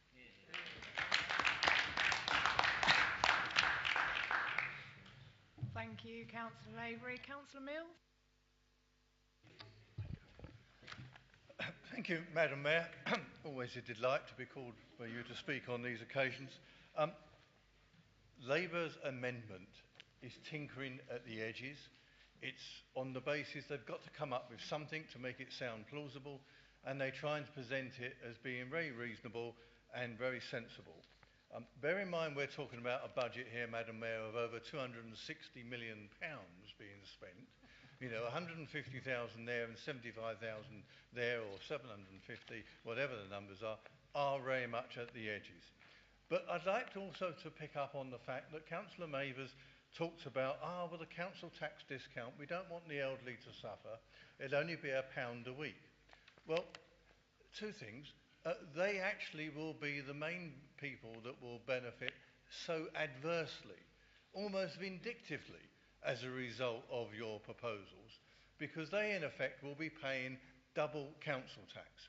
And I noticed that you quoted, Madam Mayor, Councillor Mathers quoted a number of things in terms of cost of living impacts and what have you, but he seemed to admit one of the most important parts of the research that most of the think tanks, and especially the left-wing think tanks, which I'm sure he reads rigorously, indicate that it is that age group, the 70, 75 and 80-year-olds, who suffer most from cost of living pressures.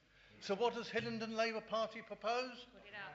Yes, to actually hit that group of our society with a double tax. It's almost as if, Madam Mayor, they're saying the council tax discount has now got so expensive, and unfortunately, because you haven't died off, we're going to have to charge you twice. That is what it's about, and that's the reality of this amendment. And on that grounds alone, we will oppose it.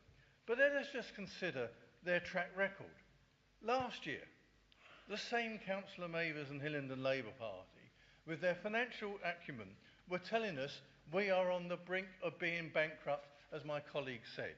Did it happen? No. Is it going to happen? No. Have we got sound financial management still? Yes. Will we get sound financial management under a Hillingdon Labour Party? No. Thank you very much. In terms of the Rural Activities Centre, they talk about moving that 75,000 and it will keep the tea rooms.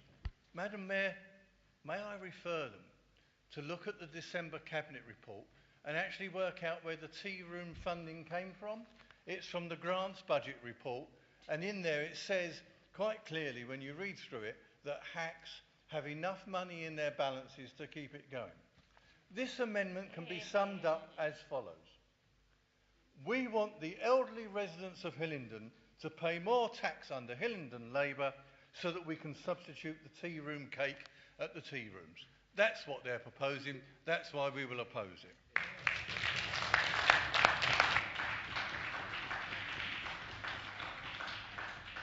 Thank you, Councillor Mills. Councillor Kaur. Madam Mayor, it's not surprising that the friends on the opposite side are averse to anything fair, sensible, or which has residents at its heart. It's regrettable that they'll just vote it down because we've proposed it. Thank you. Thank you, Councillor Kaur. Are there any other speakers? Councillor Edwards. Thank you very much, Madam Mayor. I must say that I believe this to be the most callous of amendments I've heard. It shows me that they don't listen to themselves, and they're preaching about the need to protect those on low income. It shows that Labour has not changed. It remains the party of higher tax and wasteful spending. This amendment is another shopping list of a handful of ad hoc growth posts to be paid for largely, predominantly, on the backs of the very oldest households in this borough, those over 70 years old. These new posts that they wish to create, a mere handful, will deliver no tangible outcomes to the services we provide to our residents, but will add to our costs, creating unnecessary bureaucratic processes and unnecessary investigations. Last year, Labour proposed freezing council tax for everyone that would have added millions of pounds to our financial challenge. This year, they want to reverse course, and they want to take even more council tax than we are proposing, but they only want to do that from the over 70s. Shameful. This flip-flopping clearly shows their inability to forward plan and underlines their financial incompetence. Labour's budget will, if it were ever agreed, double the increase in the council tax for those households over 70 years. It will increase our 4.99% to 9.6%, and it will apply to all those over 70 households with a joint income as low as £14,500 per year, substantially lower than the average household income in Hillingdon and way below the benefits cap. To levy this increase at a time when state benefits are not keeping up with food and energy prices, inflation compounds the callousness of the Labour group. Last month, they turned their back on low-income families and workers when they refused to fight the Mayor against his decision to expand ULEZ, placing party loyalty above the interest of residents. And tonight, they have shamefully, vindictively turned on our oldest residents. Councillor Mathers, you have the opportunity to withdraw this amendment, and Councillor Curling, you have the opportunity to show leadership in your speech to now withdraw also, knowing the full impact that this will have on our oldest people in the borough. This is a straightforward grab of their money to pay for your largesse. Madam Mayor, if this amendment proceeds to the vote, Labour will not only underline their reputation for financial competence, but will add to that the reputation of being plain nasty. Yeah.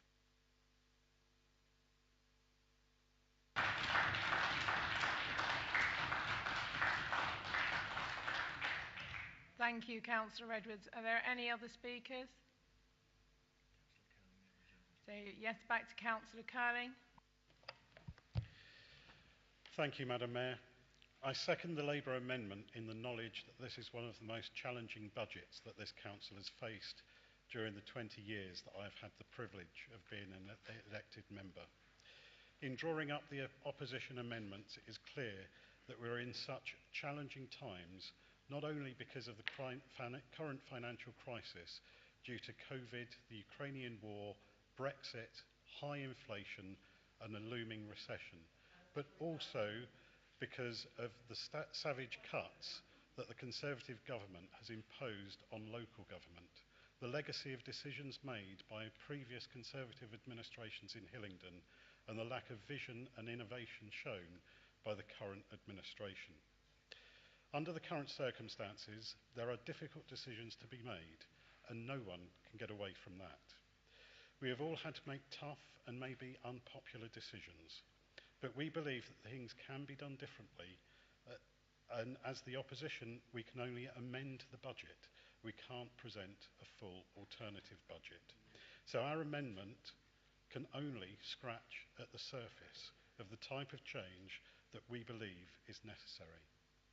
Our amendments, therefore, are very much of the context of we wouldn't be starting from here.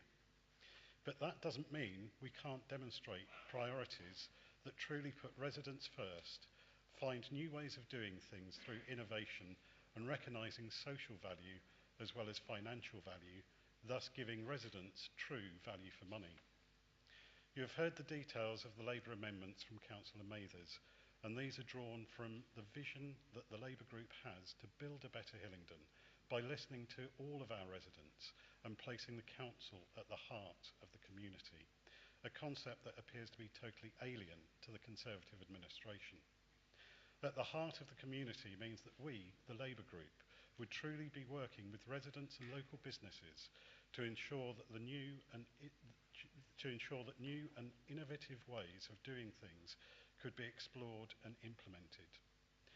This is why we're proposing that there's a halt to the closure of the Rural Activities Tea Room and instead is a review of this and other cross-departmental community sites. Full council now has the opportunity to vote to keep the tea rooms open. We also believe that the local community should play a vital role in the determination of what would enhance the area of the Useley Recreation Ground, former swimming pool and library sites. So our amendment allows for the council to do the right thing and vote to remove this from the capital programme. This is what we consider to be putting residents first. It's a shame the Conservative administration would rather ride roughshod over the views, opinions and wishes of local residents. Our libraries are also a vital part of our community, with overcrowded housing and other issues caused by the unaffordable housing crisis. Libraries are often the only place that our young people can study. We believe that the lunchtime closures should be avoided, and our amendment, plus innovation with regard to community hubs, would ensure that we get the best use out of our libraries. Indeed, it is encouraging to see that the Labour manifesto commitment of community hubs are now finding their way through to the Conservative proposals. However, we feel that much more could be done, and our amendment provides for more holistic community hubs, including a pilot for mental health support. Community safety is also an area of concern that we believe should see some positive innovation. The Mayor of London's Office for Police and Crime is moving towards a more focused neighbourhood policing with the introduction of a dedicated or a reintroduction of a dedicated borough commander and an increase in police numbers. Our community safety team also needs some focus, investment and innovation.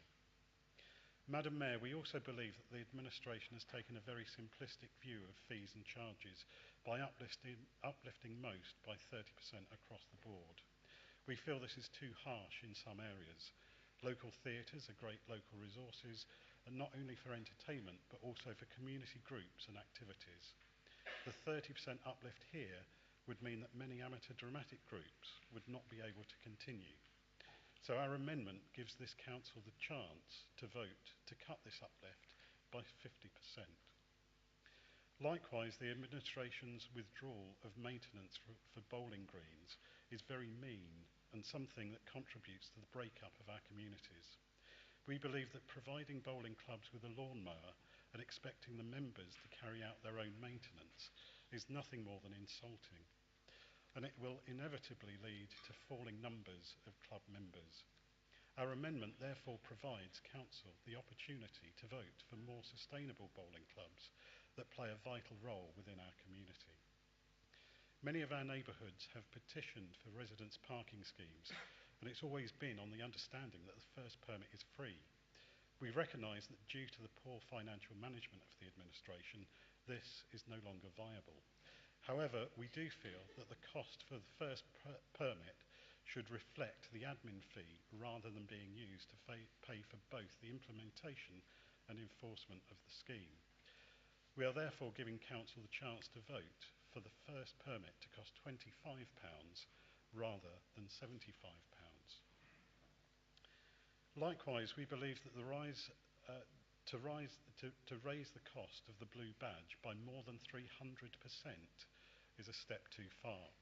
We recognise that the cost has been £2 for a long time and that an increase is overdue, but we believe the increase should be a little less harsh, so our amendment gives Council the chance to vote for the cost of a blue badge to be £5 rather than £10 that the administration is proposing.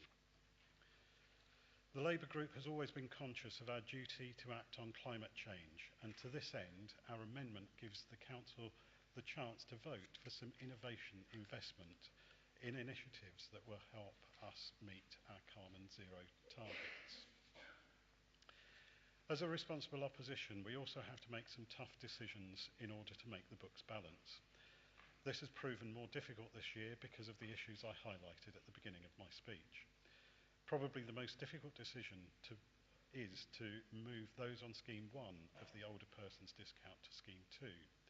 The fact that there are 3 tiers of older persons discounts shows that this is a structural problem and that this and previous Conservative administrations have grappled with for some time in their efforts to phase it out altogether. Whilst this is something that we would not normally be suggesting, the structural issue that it causes needs to be addressed now, rather than cause a more severe jolt with the total withdrawal of the discount in a year or two's time. Madam Mayor, in our amendments, we have shown that you don't have to rip the heart out of the community to make the books balance. Indeed, we believe that many of the solutions to our problems could be found by working differently with innovative ideas and by placing the council at the heart of the community. Had we been the administration, the budget would be totally different from the one that we are attempting to amend. But at least these amendments give the council the chance to vote to make a few improvements to the budget that the administration is putting forward. Over the years, the Conservative administrations in Hillingdon have consistently voted against our amendments, but then gone on to implement them and claim them as their own. In these challenging times, I expect this administration to do exactly the same, which reminds me of the Oscar Wilde quote, "Imitation is the sincerest form of flattery that mediocrity can pay to greatness." Thank you, Madam Mayor.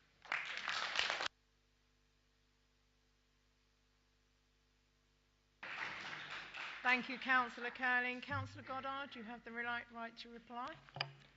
Thank you, Madam Mayor. At first sight, this amendment offers peripheral change at best. And perhaps we can believe that in actual fact behind it lies a tacit acknowledgement by the opposition that this Conservative administration has actually got the real substance of the budget right, once again. However, at closer examination, what it reflects is the promotion of bureaucracy and overstaffing, features that our savings programme has tackled and will continue to work to eliminate. Let us also not lose sight of the fact that these costs are recurring, and so the true cost across the life of the MTFF is £5 million. So, the fundamental question is, how is the extra spending to be paid for? Well, perhaps, Madam Mayor, I should be grateful for the disappearance of Councillor Curling's magic money tree this year.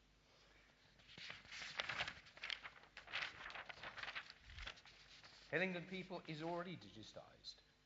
But however, if you're a resident who's not technology literate, you won't be able to read it. The proposed staff cuts in the comms team also suggest an aversion to full and transparent engagement with our residents. Perhaps this is a hint of how things might be were the administration of the council ever to fall to Labour. However, the largest ingredient in the attempt to deliver this amendment with a balanced budget is the draconian reduction of the council tax older people's discount, where 13,119 of our longest-standing eligible residents would be denied a pre-existing discount on their council tax of an average of £56 per household, although it could be as much as £112 for some households. If approved, this would be an annually recurring additional burden and is in essence the imposition of stealth taxation on our group of less affluent residents. Once again, Madam Mayor, this is a clear evidence of Labour's appetite for tax and spend. That this cohort of people, most of them relying on limited and fixed incomes, should be singled out to fund the opposition's spending is a disgrace. This Conservative administration has an admirable track record of supporting our older residents over the years to great effect, and we will not desert them at this difficult time of escalating costs. We will therefore oppose this amendment. But in the light of the implications of this for our older population, I too urge Councillor Mathers to reflect, reconsider and withdraw this amendment. Hear, hear. Thank you, Madam Mayor. Hear, hear.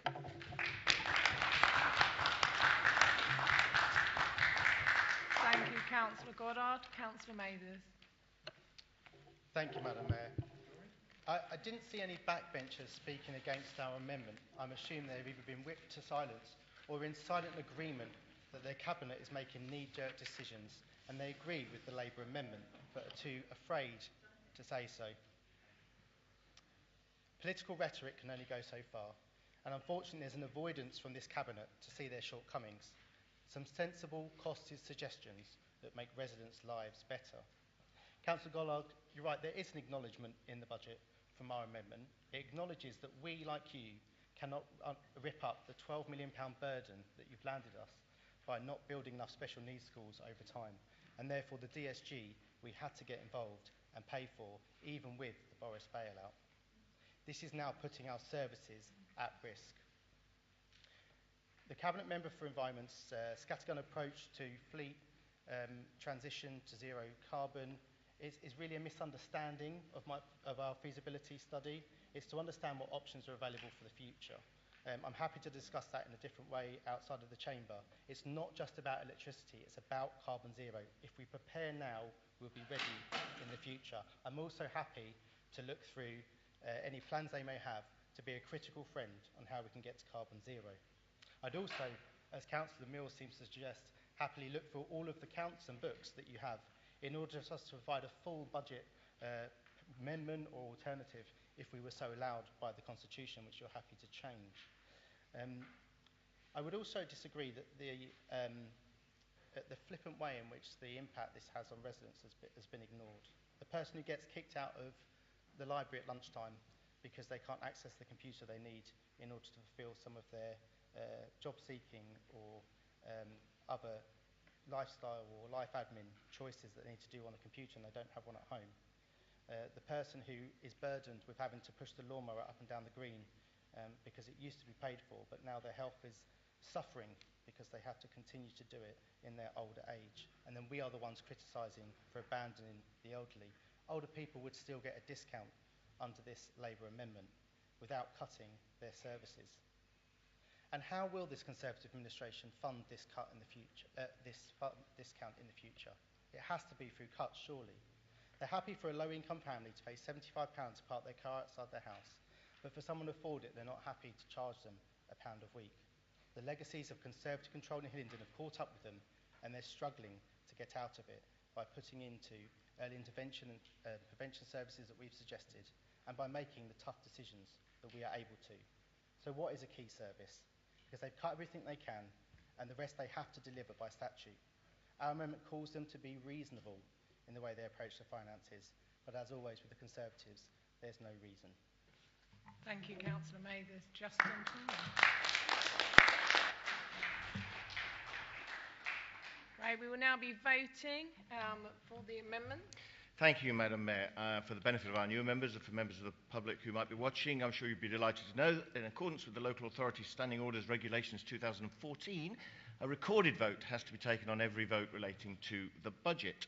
So I will therefore be asking each member in turn if you are voting for the Labour amendment as moved by Councillor Mathers, seconded by Councillor Curling, set out on pages 6 to 11 of the Order of Business, against or abstaining. Councillor Abbey. For the amendment. Councillor Banerjee. Councillor Bassett. For the amendment. Councillor Bennett. Councillor Batt. Councillor Bianco. Councillor Bridges. Councillor Burles. Councillor Burrows. Councillor Rita Chamdal. Councillor Roy Chamdal. Councillor Chapman. Councillor Tubadar. Councillor Corthorne. Councillor Curling. Councillor Davies. Councillor Dennis. Councillor Dott. Councillor Edwards. Councillor Farley. Councillor Gardner. Councillor Gaelic. Councillor Garg. Councillor Gill. Councillor Goddard. Councillor Gohill. Councillor Higgins. Councillor Islam. Councillor Judge. Councillor Kaur. Councillor Lavery. Councillor Lewis. Councillor Makwana. Councillor Mand. Councillor Mathers. Councillor D. Mills. Councillor R. Mills. Councillor Money. Councillor Nelson. Councillor Nelson West. Councillor O'Brien. Councillor Palmer. Councillor Punja. Councillor Riley. Councillor Sansapuri. Councillor Singh. Councillor Smallwood. Councillor Sullivan. Councillor Tuckwell. Mr. Deputy Mayor. Madam Mayor. Against. Thank you, Madam Mayor. That amendment is lost 21 votes to 30. We now return to the debate on the main motion as moved by Councillor Goddard, seconded by Councillor Edwards.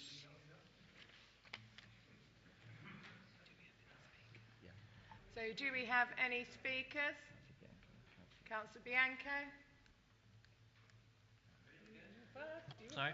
Madam Mayor, I'm pleased to speak in favour of this administration's budget proposal tonight and to add some detail to what has already been outlined by my colleague Councillor Goddard so far as it pertains to my portfolio. The Council's property portfolio, for which I am responsible, is the enabler for many of the Council's activities. So improving and enhancing it enables the Council to improve the services it provides to our residents. And I'm pleased to confirm on the back of that the Council is currently in process or underway with a number of major projects. And the first one, already described by Councillor Goddard, and perhaps the biggest, is the Hayes Regeneration Scheme, which is now well underway, and the first phase of which will be delivering 110 new homes by early 2025, and ultimately some 740 homes for Hillingdon residents. At the other end of the scale on the housing front, we are also in the middle of a new scheme to extend and refurbish existing housing stock to create larger units, something that is much in demand by our tenants. This new project has seen 6 new homes extended so far, with a further 7 underway or out to tender. And this initiative has and will deliver good value to the Council, as well as larger, much better insulated and more efficient homes for our residents. We are making good progress with the new leisure centre development in West Drayton, on time to be delivered in May 2024. Our renewal project at Cranford Park, being undertaken with help from the Heritage Lottery Fund, is due for completion late spring this year, bringing back into use the old stable blocks, protecting and restoring the listed cellars to the old house, and creating a new cafe for our residents to enjoy. The Civic Centre continues to be the hub of all the Council's services and has seen the resident opening of a new family centre as well as the relocation of the adult education facility and provides modern spaces and makes better use of our building. This year will also see the moving of Uxbridge Library into this new home in the Civic Centre, giving us the opportunity to modernise and re-energise our library offer to residents of Uxbridge.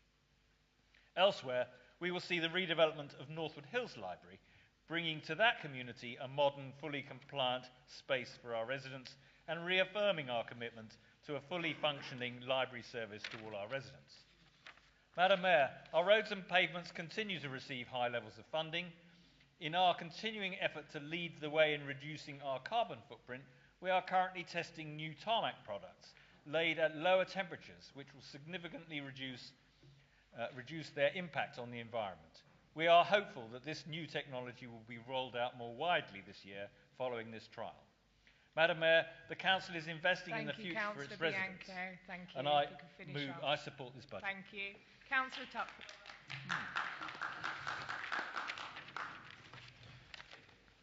Thank you, Madam Mayor.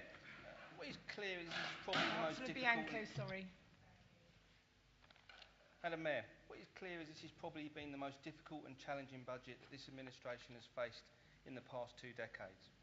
Difficult and challenging in the sense that both the economic climate across the UK and indeed globally is presenting never-seen-in-a-generation issues. These issues need to be faced through thorough assessments, clinical forecasting and an absolute focus on stabilising our financial position during this unprecedented period. This administration has a proud track record of over 2 decades in delivering sound financial management for Hillingdon's residents. In looking at what is faced, I can only describe this budget as prudent and realistic, where there is a clear intention to stabilise our financial position whilst protecting core service for our residents. Madam Mayor, it would be easy to ignore the many challenges around us and plot a financial course for the next 12 months and convince ourselves that the economic climate will fix itself with no further impact. This administration, supported by our officers, should be congratulated for taking tough decisions now that will see us have firm financial stability for the next 5 years and beyond. These decisions on changes in council tax and fees and charges have been made with careful consideration on how our residents will benefit in the long term. We have seen many examples of other local authorities who failed to take the long-term approach, failed to correctly assess the long term and failed to be courageous in their financial planning.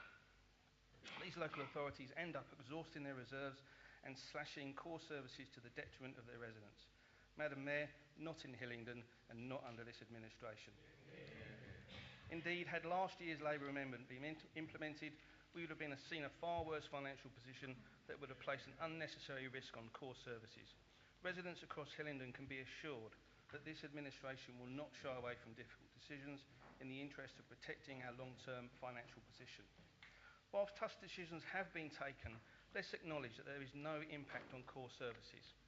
Our social care commitments, network of libraries, weekly waste and refuse collections, world-class parks and open spaces, highways maintained, and many, many more core services that remain fully intact and delivered each and every day. Madam Mayor, in conclusion, Hillingdon, through this budget, remains one of the lowest in London for council tax and fees and charges. This budget also stands up to the most difficult financial climates and is focused on prudent forecasting, wise assessments, and the ongoing economic uncertainties. Above all, it takes tough decisions now and will enable this administration to continue putting residents first long into the future. Thank you.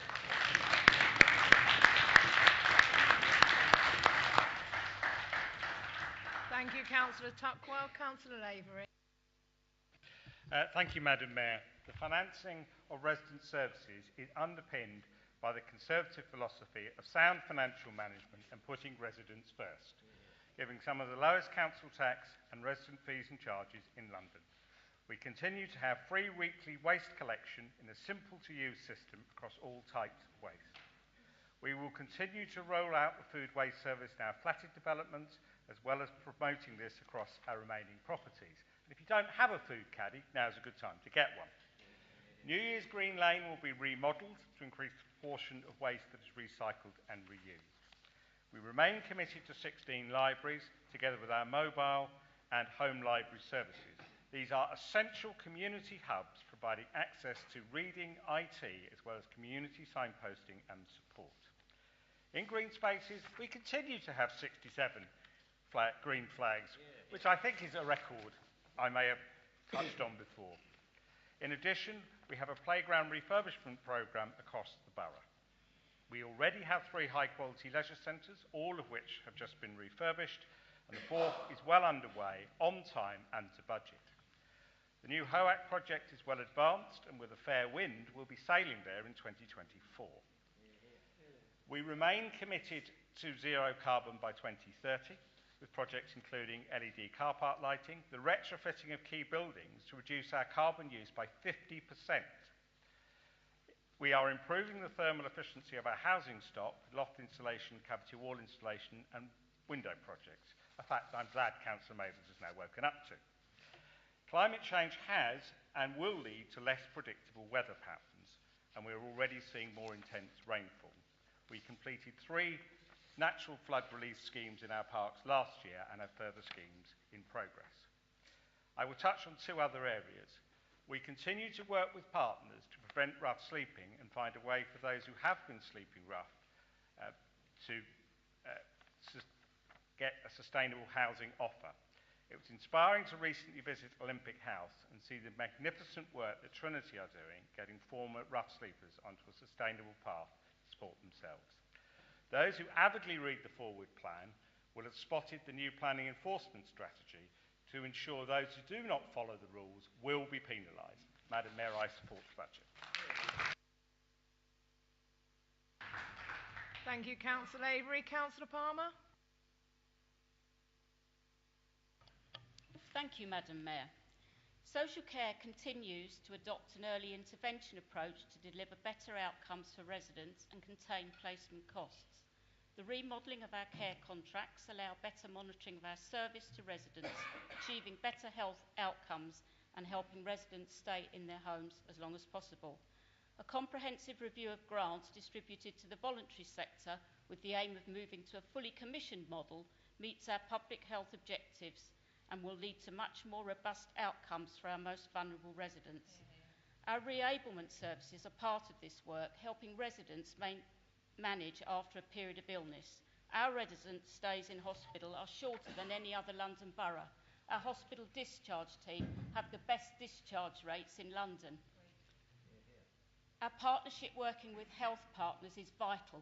We don't need a mental health pilots. We already have a crisis house partnership with our health colleagues and a Cove Cafe to support those residents experiencing a mental health crisis. This helps them prevents them accessing hospital. Our telecare line service, a shining example of helping our residents to live independently. For residents in care homes, we have teams to help prevent these residents having to go into hospital. Early intervention and prevention is key to reducing dependency on local authority services. The work carried out under our Better Care Fund is again aimed at joint working with our health colleagues to prevent hospital and care home admissions. Our joint partnership with our health colleagues and our public health grant and work, such as smoking cessation and falls prevention, again, illustrate our work to promote a good health and help avoid access to hospitals. Our healthy walk programmes allow all residents to enjoy a healthy lifestyle as long as possible. I stress again, this council continues to target funding for those most in need and invest in services with our health partners to promote residents' independence and therefore reduce dependency on local authority budgets. I support this budget. Sorry, that should have been local authority services. I support this budget. Thank you, Councillor Palmer. Councillor Gardner, and you may remain seated. Thank you. Through you, Madam Mayor, as an older resident who the party opposite claimed to help, and like you, Councillor Goddard, I tell it like it is, so fasten your seatbelts. Can the current leader of the council or one of his minions explain to us exactly which residents his group are putting first in this motion? Because it certainly isn't the residents that I speak to. And please spare me the usual vitriolic waffle about the Labour mayor and every other person you're clearly frightened of that lives in your head, ready to appear every time you need to throw out an insult in our direction, simply because you've got nothing better to say.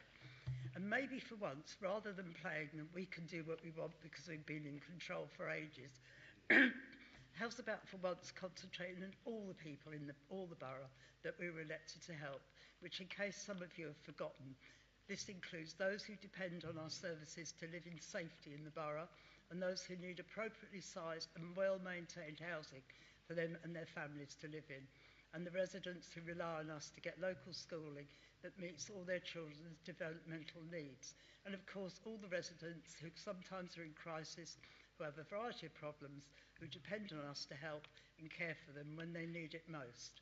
I don't support the budget, so over to you. Thank you, Councillor Gardner. Councillor O'Brien.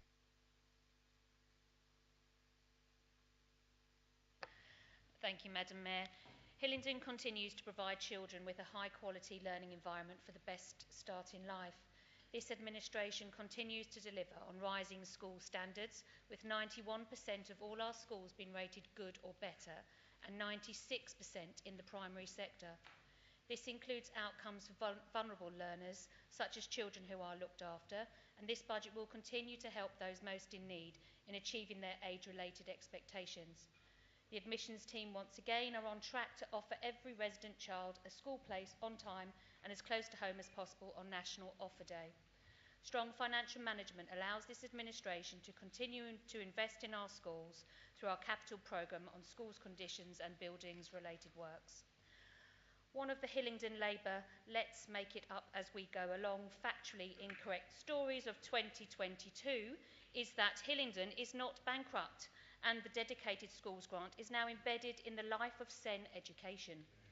We continue to progress our plans to increase the provision of, in borough, additional needs school places, and although the current pace is not of our choosing, I refer Council to the realities that Councillor Goddard outlined, Madam Mayor, previously. The Stronger Families Hub continues to provide a wide range of support services 24 hours a day. This one front door service with a multi-agency approach on the threshold offers preventative early help support to strengthen families and improve outcomes for children. There have been 32,000 requests for services since the doors opened. Keeping families on a statutory pathway is essential when hearing these numbers. The Holiday Activity Programme will continue this year to ensure that eligible children between the age of 14 to 16 and 18 with educational needs can access free school holiday provision during Easter, summer and Christmas breaks. The youth team last year worked with over 30 providers, ensuring it reached the greatest number of children and those most in need. The Hillingdon Music Service encourages young people to take an active interest in music. The service continues to provide excellent value for money. Adult education has hundreds of courses to encourage lifelong learning for everyone. And with the good planning and shaping of services, adult education, as Councillor Bianco said, is now in a brand new space at the Civic Centre, as well as outreaching into communities. Fees and charges have increased in my portfolio, yet they remain among the lowest in London. Indeed, some of our services are non-existent outside of Hillingdon. It's only right and prudent that this administration continues to seek cost-neutral balances for non-statutory services, as we know that statutory services are the most costly. I support this budget and put residents first. Thank you, Councillor O'Brien. Councillor Nelson.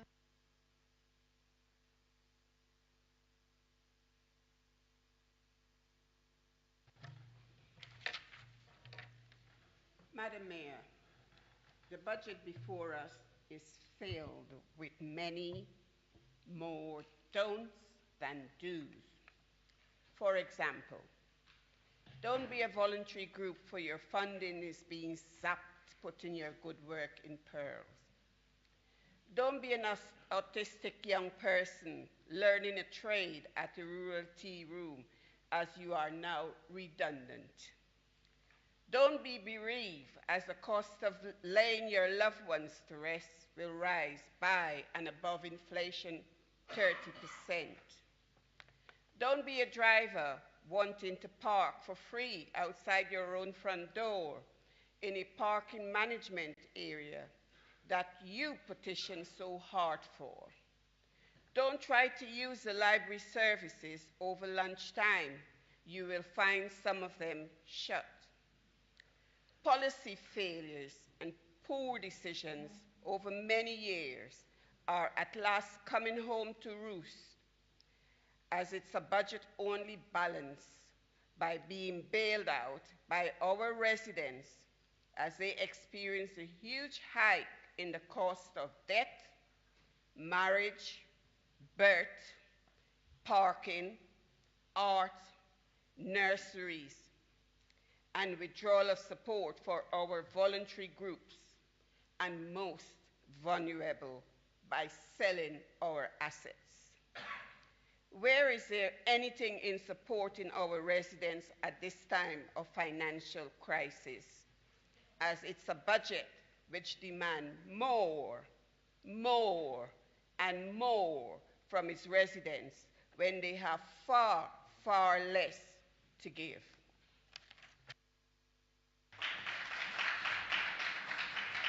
Thank you, Councillor Nelson. Councillor Corthorne. Thank you, Madam Mayor. This budget represents, I think, a solid response to what is a uniquely challenging set of circumstances. We've got the perennial squeeze to local authority budget settlements. Local government really do seem to be the whipping boys compared with other public sector bodies who shout louder than we do. I often think we're more successful, or rather too successful for our own good in doing more with less than we have been for a number of years. Couple that with unprecedented inflationary pressures, there is a need to make some challenging decisions tonight, giving us a budget the like of which we haven't seen for some years, but with some real positives at the same time, it has to be said. Received wisdom has it that these occasions tend to be the preserve of cabinet members, lining up to talk about the budget and the good things it represents in terms of their portfolios, and we've been hearing that this evening. But this year I also want to give a bit of a shout out for the role backbenchers have played in the formulation of this budget. It's important, I think, for the watching public to understand that ours is not unthinking support and not without a fair degree of critical friend challenge, not only with select committees, but informally, in informal circles too, contrary to what Councillor Mathers thinks. Sound financial management, to coin a phrase, as much as anything, is about ensuring that partnering community organisations which provide services which support the well-being of our residents in one way or another and are facing reductions in funding are supported where necessary and appropriate through the transition to remain sustainable. We have a proud history of doing this since it's not in anyone's interest for them to fail, resulting perhaps in a greater call on council services and budgets, an outcome that benefits no one. And I know from relevant cabinet members they have ongoing commitment to this in respect of Bowls Club and the voluntary sector groups, which I applaud. That's how it should be, and I'm grateful for their engagement on this. Madam Mayor, we are facing into these challenges positively and in the right way. Meanwhile, the Hillingdon offer continues to be strong and better value than our neighbours across a range of services. Each day we see evidence of prompt officer responses to service requests, delighting our residents, and we should recognise their work in delivering services which we experience every day in members' inquiries, responses and in our wards. The measures in this budget will help sustain this in these difficult times. Contrast this, Madam Mayor, with a party opposite. As an opposition, Labour simply doesn't improve with age, with the usual failure to step up to the plate on these occasions with a coherent alternative proposition, serving up the usual dollop of posturing opportunism and gesture politics with which we've become all too familiar. Long may their years in opposition continue, because on this evidence, that's all they're fit for. Madam Mayor, I support the motion.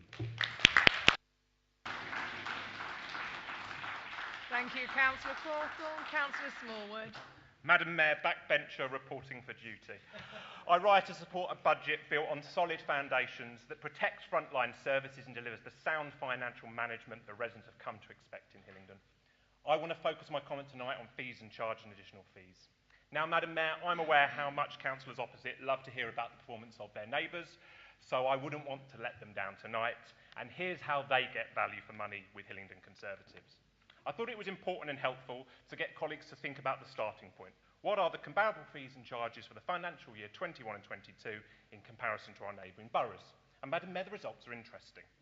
In the Labour-controlled London Borough of Hounslow, a resident per head can expect to pay around £213.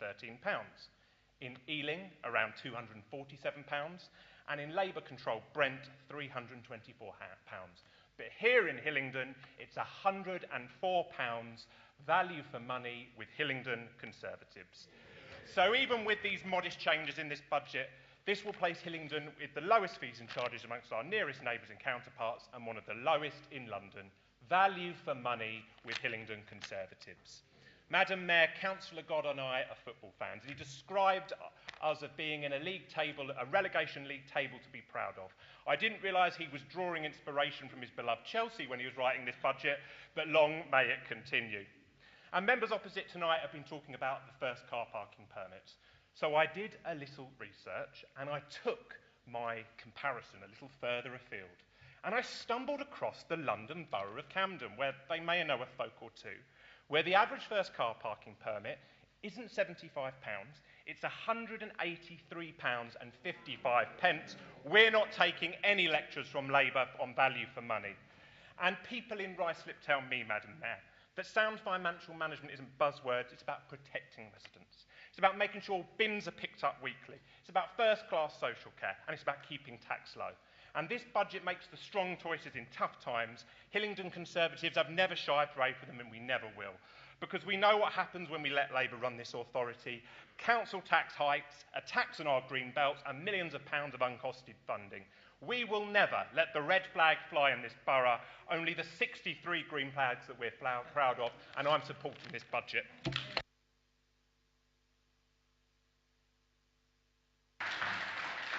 Thank you, Councillor Smallwood. Councillor Kaur.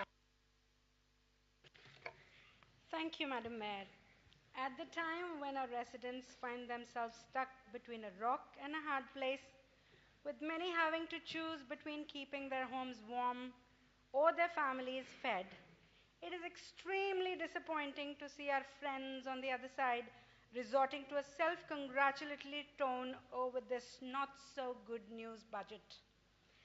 It is, as expected at these difficult times, a bleak budget. A budget carrying the burden of historical financial mismanagement. A budget that gives no solace to residents they claim to put first. Madam Mayor, contrary to what has been claimed, the resident consultation of the budget shows that only 20% of respondents were satisfied with the budget proposals, which means 80% were not satisfied with the budget proposals.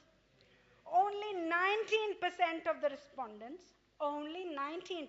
respondents were happy with the value for money, which means 80% did not agree that they represent value for money.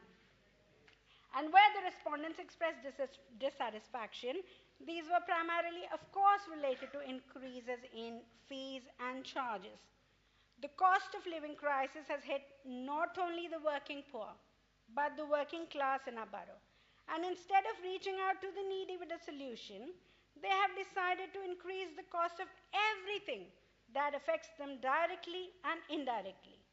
Besides the council tax, parking charges, excessive resident parking permit charges that have gone up, the already struggling residents will have to pay more for many other services. As mentioned by my colleagues, cost of getting married has gone up. Cost of renewing wedding vows, up. Cost of baby naming ceremony, up. Cost of citizenship ceremony, up. Madam Mayor, that's not all. Cost of cremating or burying your loved ones, up. Cost of disposing of the bulky waste, up. Cost of music services provided to schools, up. Cost of childcare in early year centres, up. Cost at young people centres, up. Cost of youth groups, up. Cost of many library services, up. All of these has a knock-on effect. Is it not antithetical to claim that they put the residents first? Perhaps they have mastered the art not only of misinformation, but of lip service too. Of course, we have to balance books. Of course, we have to run a financial viable council. Of course, these are difficult times. But even in the worst of times, our most vulnerable residents could have been and should have been at the heart of the very decision. Thank you, Councillor Kaur. Your time is up. Thank you, Councillor Kaur. Your time is up. Councillor Punja.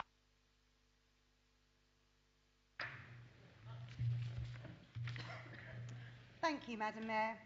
I have heard a lot of spin doctoring around this budget. Soundbites such as good news, modest raises and modernisation are being used by Conservative administration. Do they think that their residents won't catch on to this pay more, gets less Conservative council? This budget exposes the mistakes of the Conservative administration. The biggest blunder is not providing adequate SEND places for our children with learning disabilities. Hillingdon Conservatives need to fill a whopping £12 million hole in the DSG, even after the £25 million Boris bailout to avoid bankruptcy. On top of this, Hillingdon Conservatives are risking £13 million to overhaul services from people to digital, It reminds me of when companies exported the call centres overseas, only to find themselves needing to bring them back again. Our residents will see this for what it is. Where is the good news in having to make almost £46 million worth of cuts to our local services? What happened to putting our residents first? Vital services used by our residents north and south of the borough are being drastically cut. Cuts that reduce libraries, ditch our bowls clubs, diminish safety in our communities, and rip out our fantastic training cafe for autistic people. What's next? Our free weekly bin collections? Furthermore, residents should be benefiting from any savings our hard-working officers of this council make. This is not the case with this administration.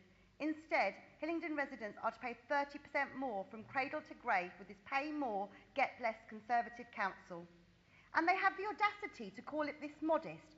What is modest about a maximum rising council tax, a 30% increase in fees and charges, and a staggering £75 to park your car outside your home? We all know that this Conservative administration is not big on consultations, but I am yet to talk to any resident who thinks that these hikes are in any way modest. To call it such is just plain insulting. Madam Mayor, Hillingdon Conservatives will blame inflation, demand-led growth and their need to catch up.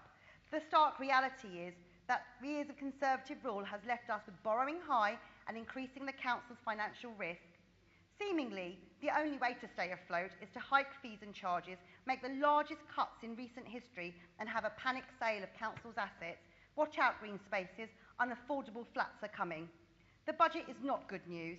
It's just another example of Hillingdon's pay more, get less Conservative council. Thank you, Councillor Punja. Councillor Mills. Thank you, Madam Mayor. One of the things which the Labour group forgot when they were going through the things that were going up was the number of years in which this council has been well run, financially sound, and continuing to provide services that residents do respect and actually request and get delivered on a day-to-day basis exceptionally well, as many of my cabinet colleagues have explained. And sometimes I sit here listening to this, Madam Mayor, and I think, do I actually live and work and operate in a completely different borough to where some of these comments are being come from? But then when we go around the borough, yes, there are differences because of the very nature and the demographics and the situations and the circumstances that are faced upon us. But when you apply all the outstanding pressures that are faced on local authorities, which Councillor Goddard outlined, it's quite clear to me that the overwhelming success of this authority is the fact that it actually recognises what is important to the vast majority of residents. And that is brought home to us every 4 years. And when you look at all the key areas of this borough, where there has been, over the years that I have been a councillor here, fundamental change from time to time. Well, yes, we can see that in Useley we lost ground there. But in Colham and Cowley, we stayed very blue. In Uxbridge, we had the majority of blue. In Hillingdon East, we are blue. And in Hillingdon West, we are blue. And that is the reason, because those residents in those key areas, which have the propensity to change from time to time, recognise that what we are offering is good value, is common sense, and is exactly what is to be done. And to support all that is the corporate services which I oversee. So strong have we been in the cuts that the councillor is worried about. Is she going to defend the £1 million savings, which she calls a cut, which we have made in our corporate directors? Does she want that to come back? She gets her vocabulary a bit mixed up, Madam Mayor. And this is exactly the classic Labour thing. Every saving is a cut. The reality, it's not. Vast majority of our savings, the vast majority, 90% plus, are efficiencies. They're better ways of doing it. They're modernising. And I noticed from the Hillingdon Labour amendment their willingness to digitalise Hillingdon people, well, that will hold him in good stead as we move forward. But let me just finish on this, Madam Mayor. This authority has gone through an awful lot like of other local authorities in terms of the last 12 months and the burdens that have been put upon it. But this authority's strong financial base enables us to deliver the services that people want at the price that they can afford, and only in Labour authorities is it higher than in Hillingdon. Thank you, Councillor Mills. Councillor Burles. Thank you, Madam Mayor. I wish to talk about the proposed cuts in funding to large parts of the voluntary sector and the increase in charges for them. And first of all, I must declare an interest in that until recently I did work in the sector, but I am now retired. The proposed cuts to the sector will have a devastating effect to the work that many of these organisations do. Hillingdon has a reputation for having a robust and active sector and carries out many services and activities that benefit the residents that the council are unable to provide. These grants are often small, but are essential to the day-to-day services that they provide. And as we have seen with the issues at the Rural Activities Centre, lead to vulnerable people being given redundancy notices and eventually losing their jobs. That just cannot be right in this day and age. This Conservative Council is undervaluing the sector and its work. Once it's gone, it's very difficult to bring it back. It will drive many organisations away from the borough. For what? You say that you are moving to a commissioning way of doing things. All this will do is drive out the small Hillingdon-based organisations that don't have the capacity and resources to employ legions of bid writers that the larger charities have at hand. The 30% increase in fees will also mean that many of these organisations will also be forced away from Hillingdon. The only way many of them will be able to carry on is by passing on the increase down the line, hurting the people they were meant to be helping. Madam Mayor, the motto of the council is apparently putting residents first. Shouldn't it be changed to charging you all the most? Thank you very much. Thank you, Councillor Burles. Councillor Curling. Thank you, Madam Mayor. As I said in my speech on the Labour amendments, this is a challenging budget, and we would be doing things very differently. Our defeated amendment could only scratch the surface and minimise some of the damage that this budget will do to our community. The cuts to our third sector and the move from grants to commission services is another area that we now have clear red water or blue water, depending which side of the aisle we are on. And this year, more than any other, we find the administration's budget to be unpalatable. Indeed, we see this as a huge step away from the previous administration's desire to put residents first, and very much towards a faceless, computer says no authority. The Constitution gives full council the power to take the budget into dispute mode by voting the budget down, and thereby send the budget back to the Cabinet for them to think again. We believe that this budget, more than any in recent years, should be sent back to the Cabinet for them to think again. The leader and Cabinet model of local governance gives the Cabinet the executive power, with every other elected member being the checks and balances of scrutiny. I doubt that there are many members on the Conservative benches that are truly believe that this budget is the best we can do. We will therefore be giving every member in this chamber the opportunity to vote with us to make the Cabinet reconsider the budget, because we cannot vote for or be complicit in the damage that this budget will do, that this budget will no doubt have on our residents.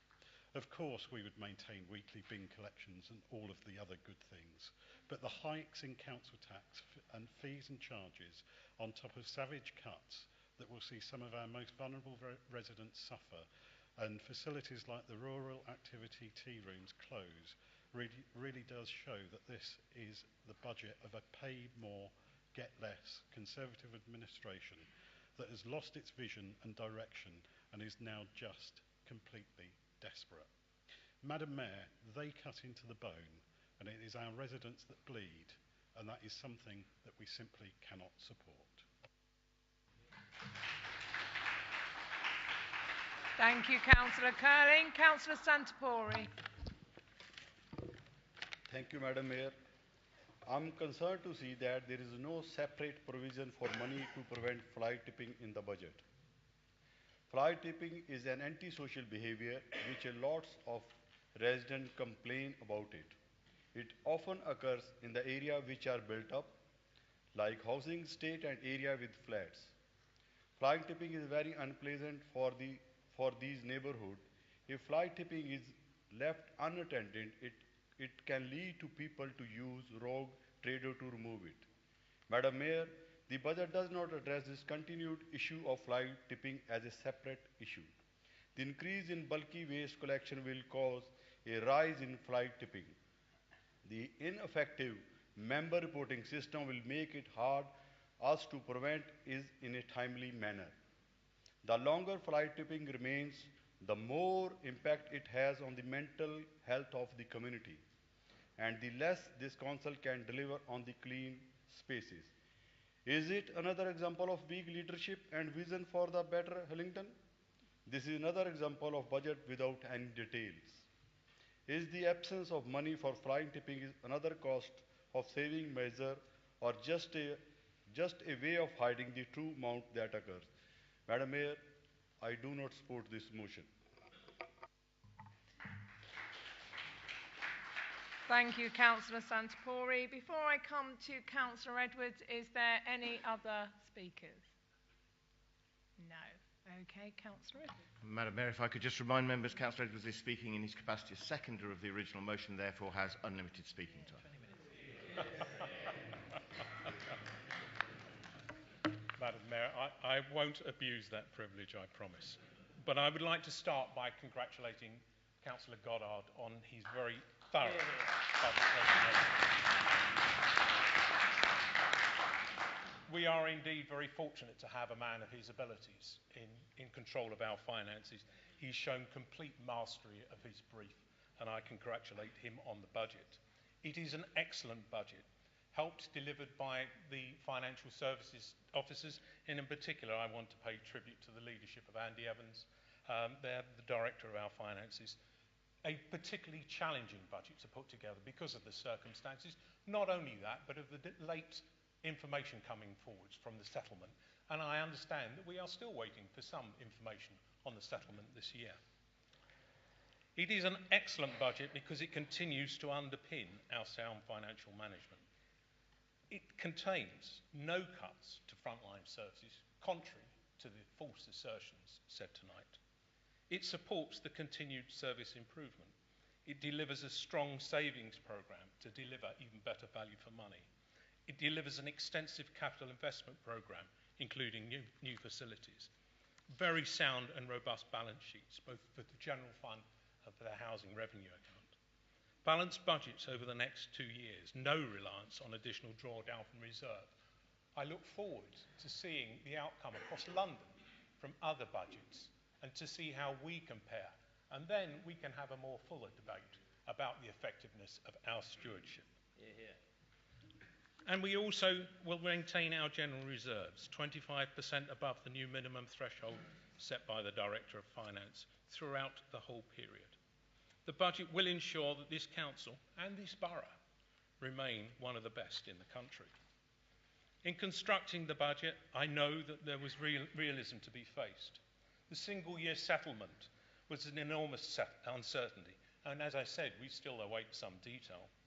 Hillingdon's comparatively low but sufficient levels of total reserves add up to that background picture, but we don't take more money from residents than we actually need. Part of the realism has also been that the gradual use has been made of those reserves over the last few years, as we have smoothed our spending against the financial impacts of the recent shocks. But now is the time, the realism is that now is the time to rebuild those reserves to meet future and unforeseen economic and financial shocks. Prudence is woven through this budget. Provision has been made in the General Fund for the MTF period, including £60 million for inflation, £23 million for demand-led growth. There is no assumed change to future government funding, only that advised and confirmed today. There is no additional call on reserves, as I've said, and the reserves are maintained at a healthy level. In delivering the budget, constructing the budget, risks have been taken into consideration, and 5 still remain. There is the risk of the cost of living crisis not having fully played out, and the potential for further shortfall in collection rates and demand on services. There is the risk of economic downturn or stagnation that puts pressure on our business rate collection. There is the risk that inflation remains higher and for longer than forecast and above the 4% that is promised to come back to us. And there is obvious risk around pay awards exceeding those that have been prudently budgeted for over the next 5 years. And finally, there is the risk of future changes to government funding formula that have been discussed, and we are unaware of what that impact may be. With these risks ongoing, it is clear that now is the time to be cautious. Now is the time to rebuild reserves. Our savings programme, the budget includes future savings that are not based on imposed targets but on actually identified opportunities. The financial pressures necessitating a significant step change in the savings programme, which we anticipated at the beginning of the last year and have now expanded that to £45 million over the life of the TFF. The details of the saving programme, which I won't read to you, are listed in paragraph 82. It is full and complete, contrary to the assertions we've heard tonight. They will be delivered around 5 themes: making better use of technology, self-service, automation, robotics, greatly reducing administration costs, increasing productivity and speeding up service delivery. It will deliver further reduction in management on cost and back office posts. It will deliver more intensive use of assets, reducing our overhead costs. There will be further demand management through early intervention, as Councillor Palmer had so passionately spoke out about with the services to our older people. And there will be further delivery of send places in borough, undermining entirely the false stories and rumours circulating from our colleagues opposite. Further savings programmes will be delivered again through our tighter contract management process. And one that isn't included in our budget, but we will deliver savings on, is around collaboration. These are difficult to quantify, hence why they're not there. But there will undoubtedly be savings from collaboration as we work closer with our NHS partners, exploit the new opportunities provided by the reintroduction of a senior borough-based police officer, with our opportunities to collaborate with our neighbouring authorities. We share our Director of Public Health, and we will look to exploit other opportunities to reduce cost through this means. We are working across London on measures such as the social worker pledge that stops each authority bidding against their colleagues to secure employment of social workers. And we are working regionally. For example, the West London Alliance has just secured £5.2 million to help 2,400 people willing to work, and the Shaw Trust First Job Club is happening in Uxbridge Library imminently. These are opportunities around collaboration that will deliver yet further savings. The funding necessary, though, from residents, and it is increasingly necessary as the council moves away from grant funding of councils, comes from the 2 sources, both equally important: council tax and fees and charges, and they cannot be considered separately and in isolation, as our colleagues wish to do so. The increase in council tax is no surprise, and it is fair to say that the leader of the Labour group have acknowledged the difficulty of the present budget circumstances and the realism around the rise in council tax, and I am grateful to that. As Councillor Goddard has advised, we will continue to be the lowest Band D council tax rate, second lowest in Outer London. And let's just put a little bit of a flavour. I don't like to use too many numbers, but all councils will be rising their council tax by 4.99%, and residents will think that is broadly everybody's going to be paying the same, but they're not. In Hillingdon, it's £63.32 in a year. In Ealing, it's 5% higher. Not a great deal, but it's 5%, £66.75. Hounslow, it's 8% higher. And Harrow, 29% higher, the rise this year. The fees and charges, it has been necessary to increase the fees and charges. But I've not heard with the same passion from our colleagues opposite their concerns about this being expressed when the discussion was around ULEZ and the £12.50 a day charge that is going to come onto a high number of our residents. They were silent at that point. The budget report describes the comparative income from fees and charges for Hillingdon and London authorities. It notes that the average Outer London Borough funds considerably more of their service spend from fees and charges than in Hillingdon, because ours have been historically so low. The three nearest neighbours raise more than double the amount than in Hillingdon. Even following our step change in fees and charges, the amount raised per household or per resident will remain comfortably below our immediate neighbours and remain amongst our lowest in London, and will help to underpin and sustain our service delivery. I agree with Councillor Goddard that the general principle is that the consumer of elected service should pay for it. We recognise the importance of the car use in outer London, and that is why we are implacably opposed to ULEZ. We've changed our drop curb policy to allow more residents to charge vehicles at home and off street.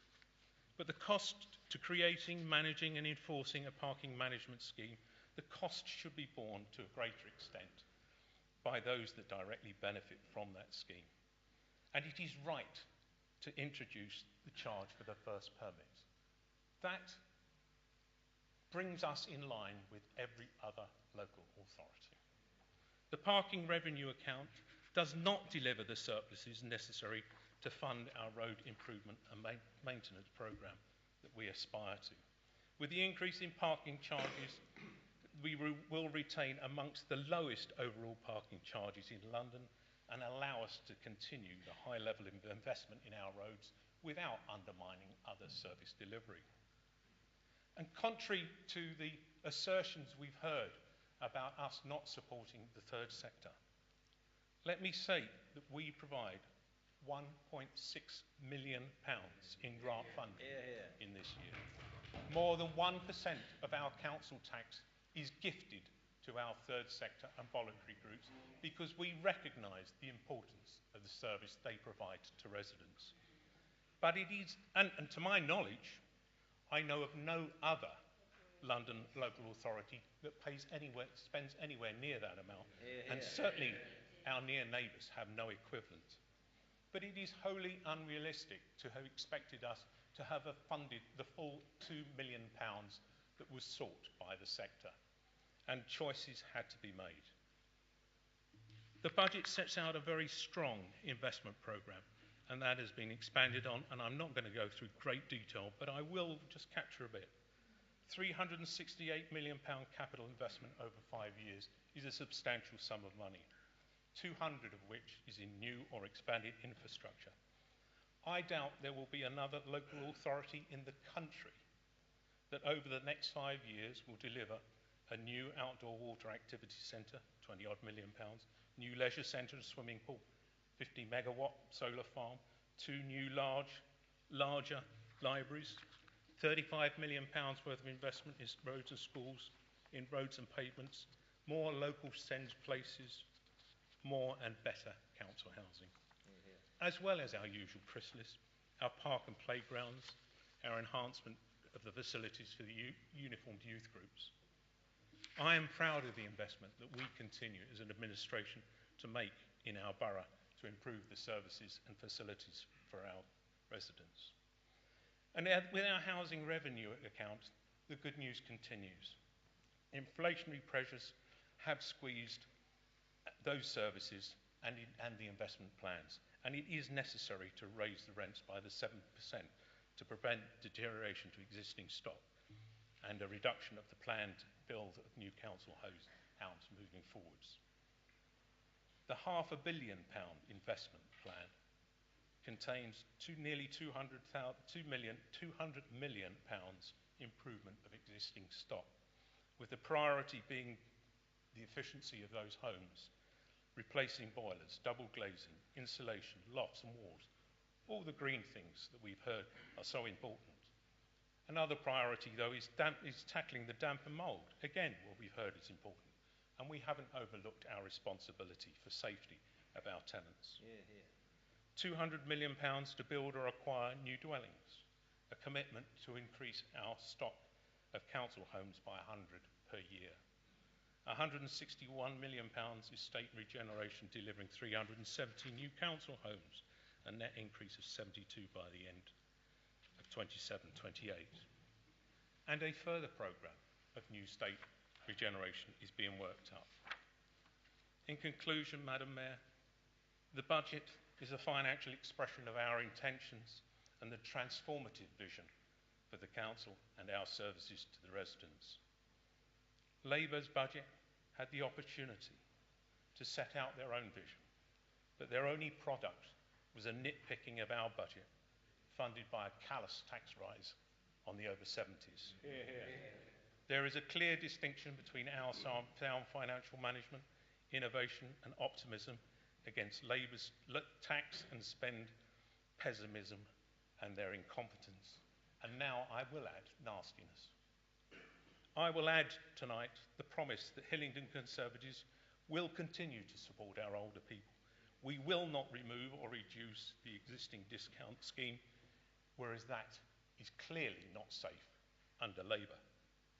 Our budget shows that this administration will not evade difficult decisions, and the improvement in services that have been outlined, together with our ambitious investment programme in facilities and housing, shows that we continue to put all residents first.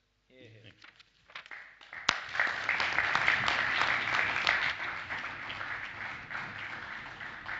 Thank you, Councillor Edwards. Councillor Goddard. Madam Mayor, thank you. The debate this evening has been extensive and exhaustive, to say nothing of exhausting. Hence, I will not detain members long with my final comments. The proposals in front of us have been developed over an extensive period of time, with deliberation, care and challenge. As a prudent, diligent and careful administration which takes great account of financial stability, in essence, our choices have been limited. In the absence of inflation-matching government funding and the regime of capped council tax increases at rates well below prevailing inflation, we have had little choice but to address the challenge with a substantial savings programme and reforms to our fees and charges structures. But as said by many on this side, that has not resulted in cuts to key frontline services.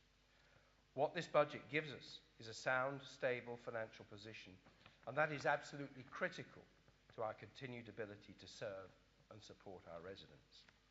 In spite of these changes, Hillingdon still offers one of the best deals to residents, both in terms of the quality and reach of our services and the great value in terms of what we ask people to pay. We've used our inherent balance sheet strength to prime the pump with further investment plans. Madam Mayor, this is a budget in which we can all take great civic pride, and I commend it to members. Thank you. Thank you, Councillor Goddard. Thank you, Madam Mayor. One more final recorded vote before we conclude this evening. I shall be asking members in alphabetical order if you are approving the adoption of the Cabinet recommendations to Council as set out on pages 3 to 5 of the order of business, moved by Councillor Goddard, seconded by Councillor Edwards, against those recommendations or abstaining. Councillor Abbey. To protect residents, I'll vote against the motion. Councillor Banerjee. Councillor Bassett. Councillor Bennett. Councillor Batt. Councillor Bianco. Councillor Bridges. Councillor Burles. Against. Councillor Burrows. Councillor Rita Chamdal. Councillor Roy Chamdal. Councillor Chapman. Councillor Tubadar. Councillor Corthorne. Councillor Curling. Councillor Davies. Councillor Dennis. Councillor Dott. Councillor Edwards. Councillor Farley. Councillor Gardner. Councillor Gaelic. Councillor Garg. Councillor Gill. Councillor Goddard. Councillor Gohill. Councillor Higgins. Councillor Islam. Against. Councillor Judge. Against. Councillor Kaur. Councillor Lavery. Councillor Lewis. Councillor Makwana. Councillor Mand. Councillor Mathers. Councillor D. Mills. Councillor Armills, Councillor Money, Councillor Nelson, Councillor Nelson West, Councillor O'Brien, Councillor Palmer, Councillor Punja, Councillor Riley, Councillor Sansapuri, Councillor Singh, Councillor Smallwood, Councillor Sullivan, Councillor Tuckwell, Mr Deputy Mayor, Madam Mayor. Thank you, Madam Mayor. The budget recommendations are carried by 30 votes to 21.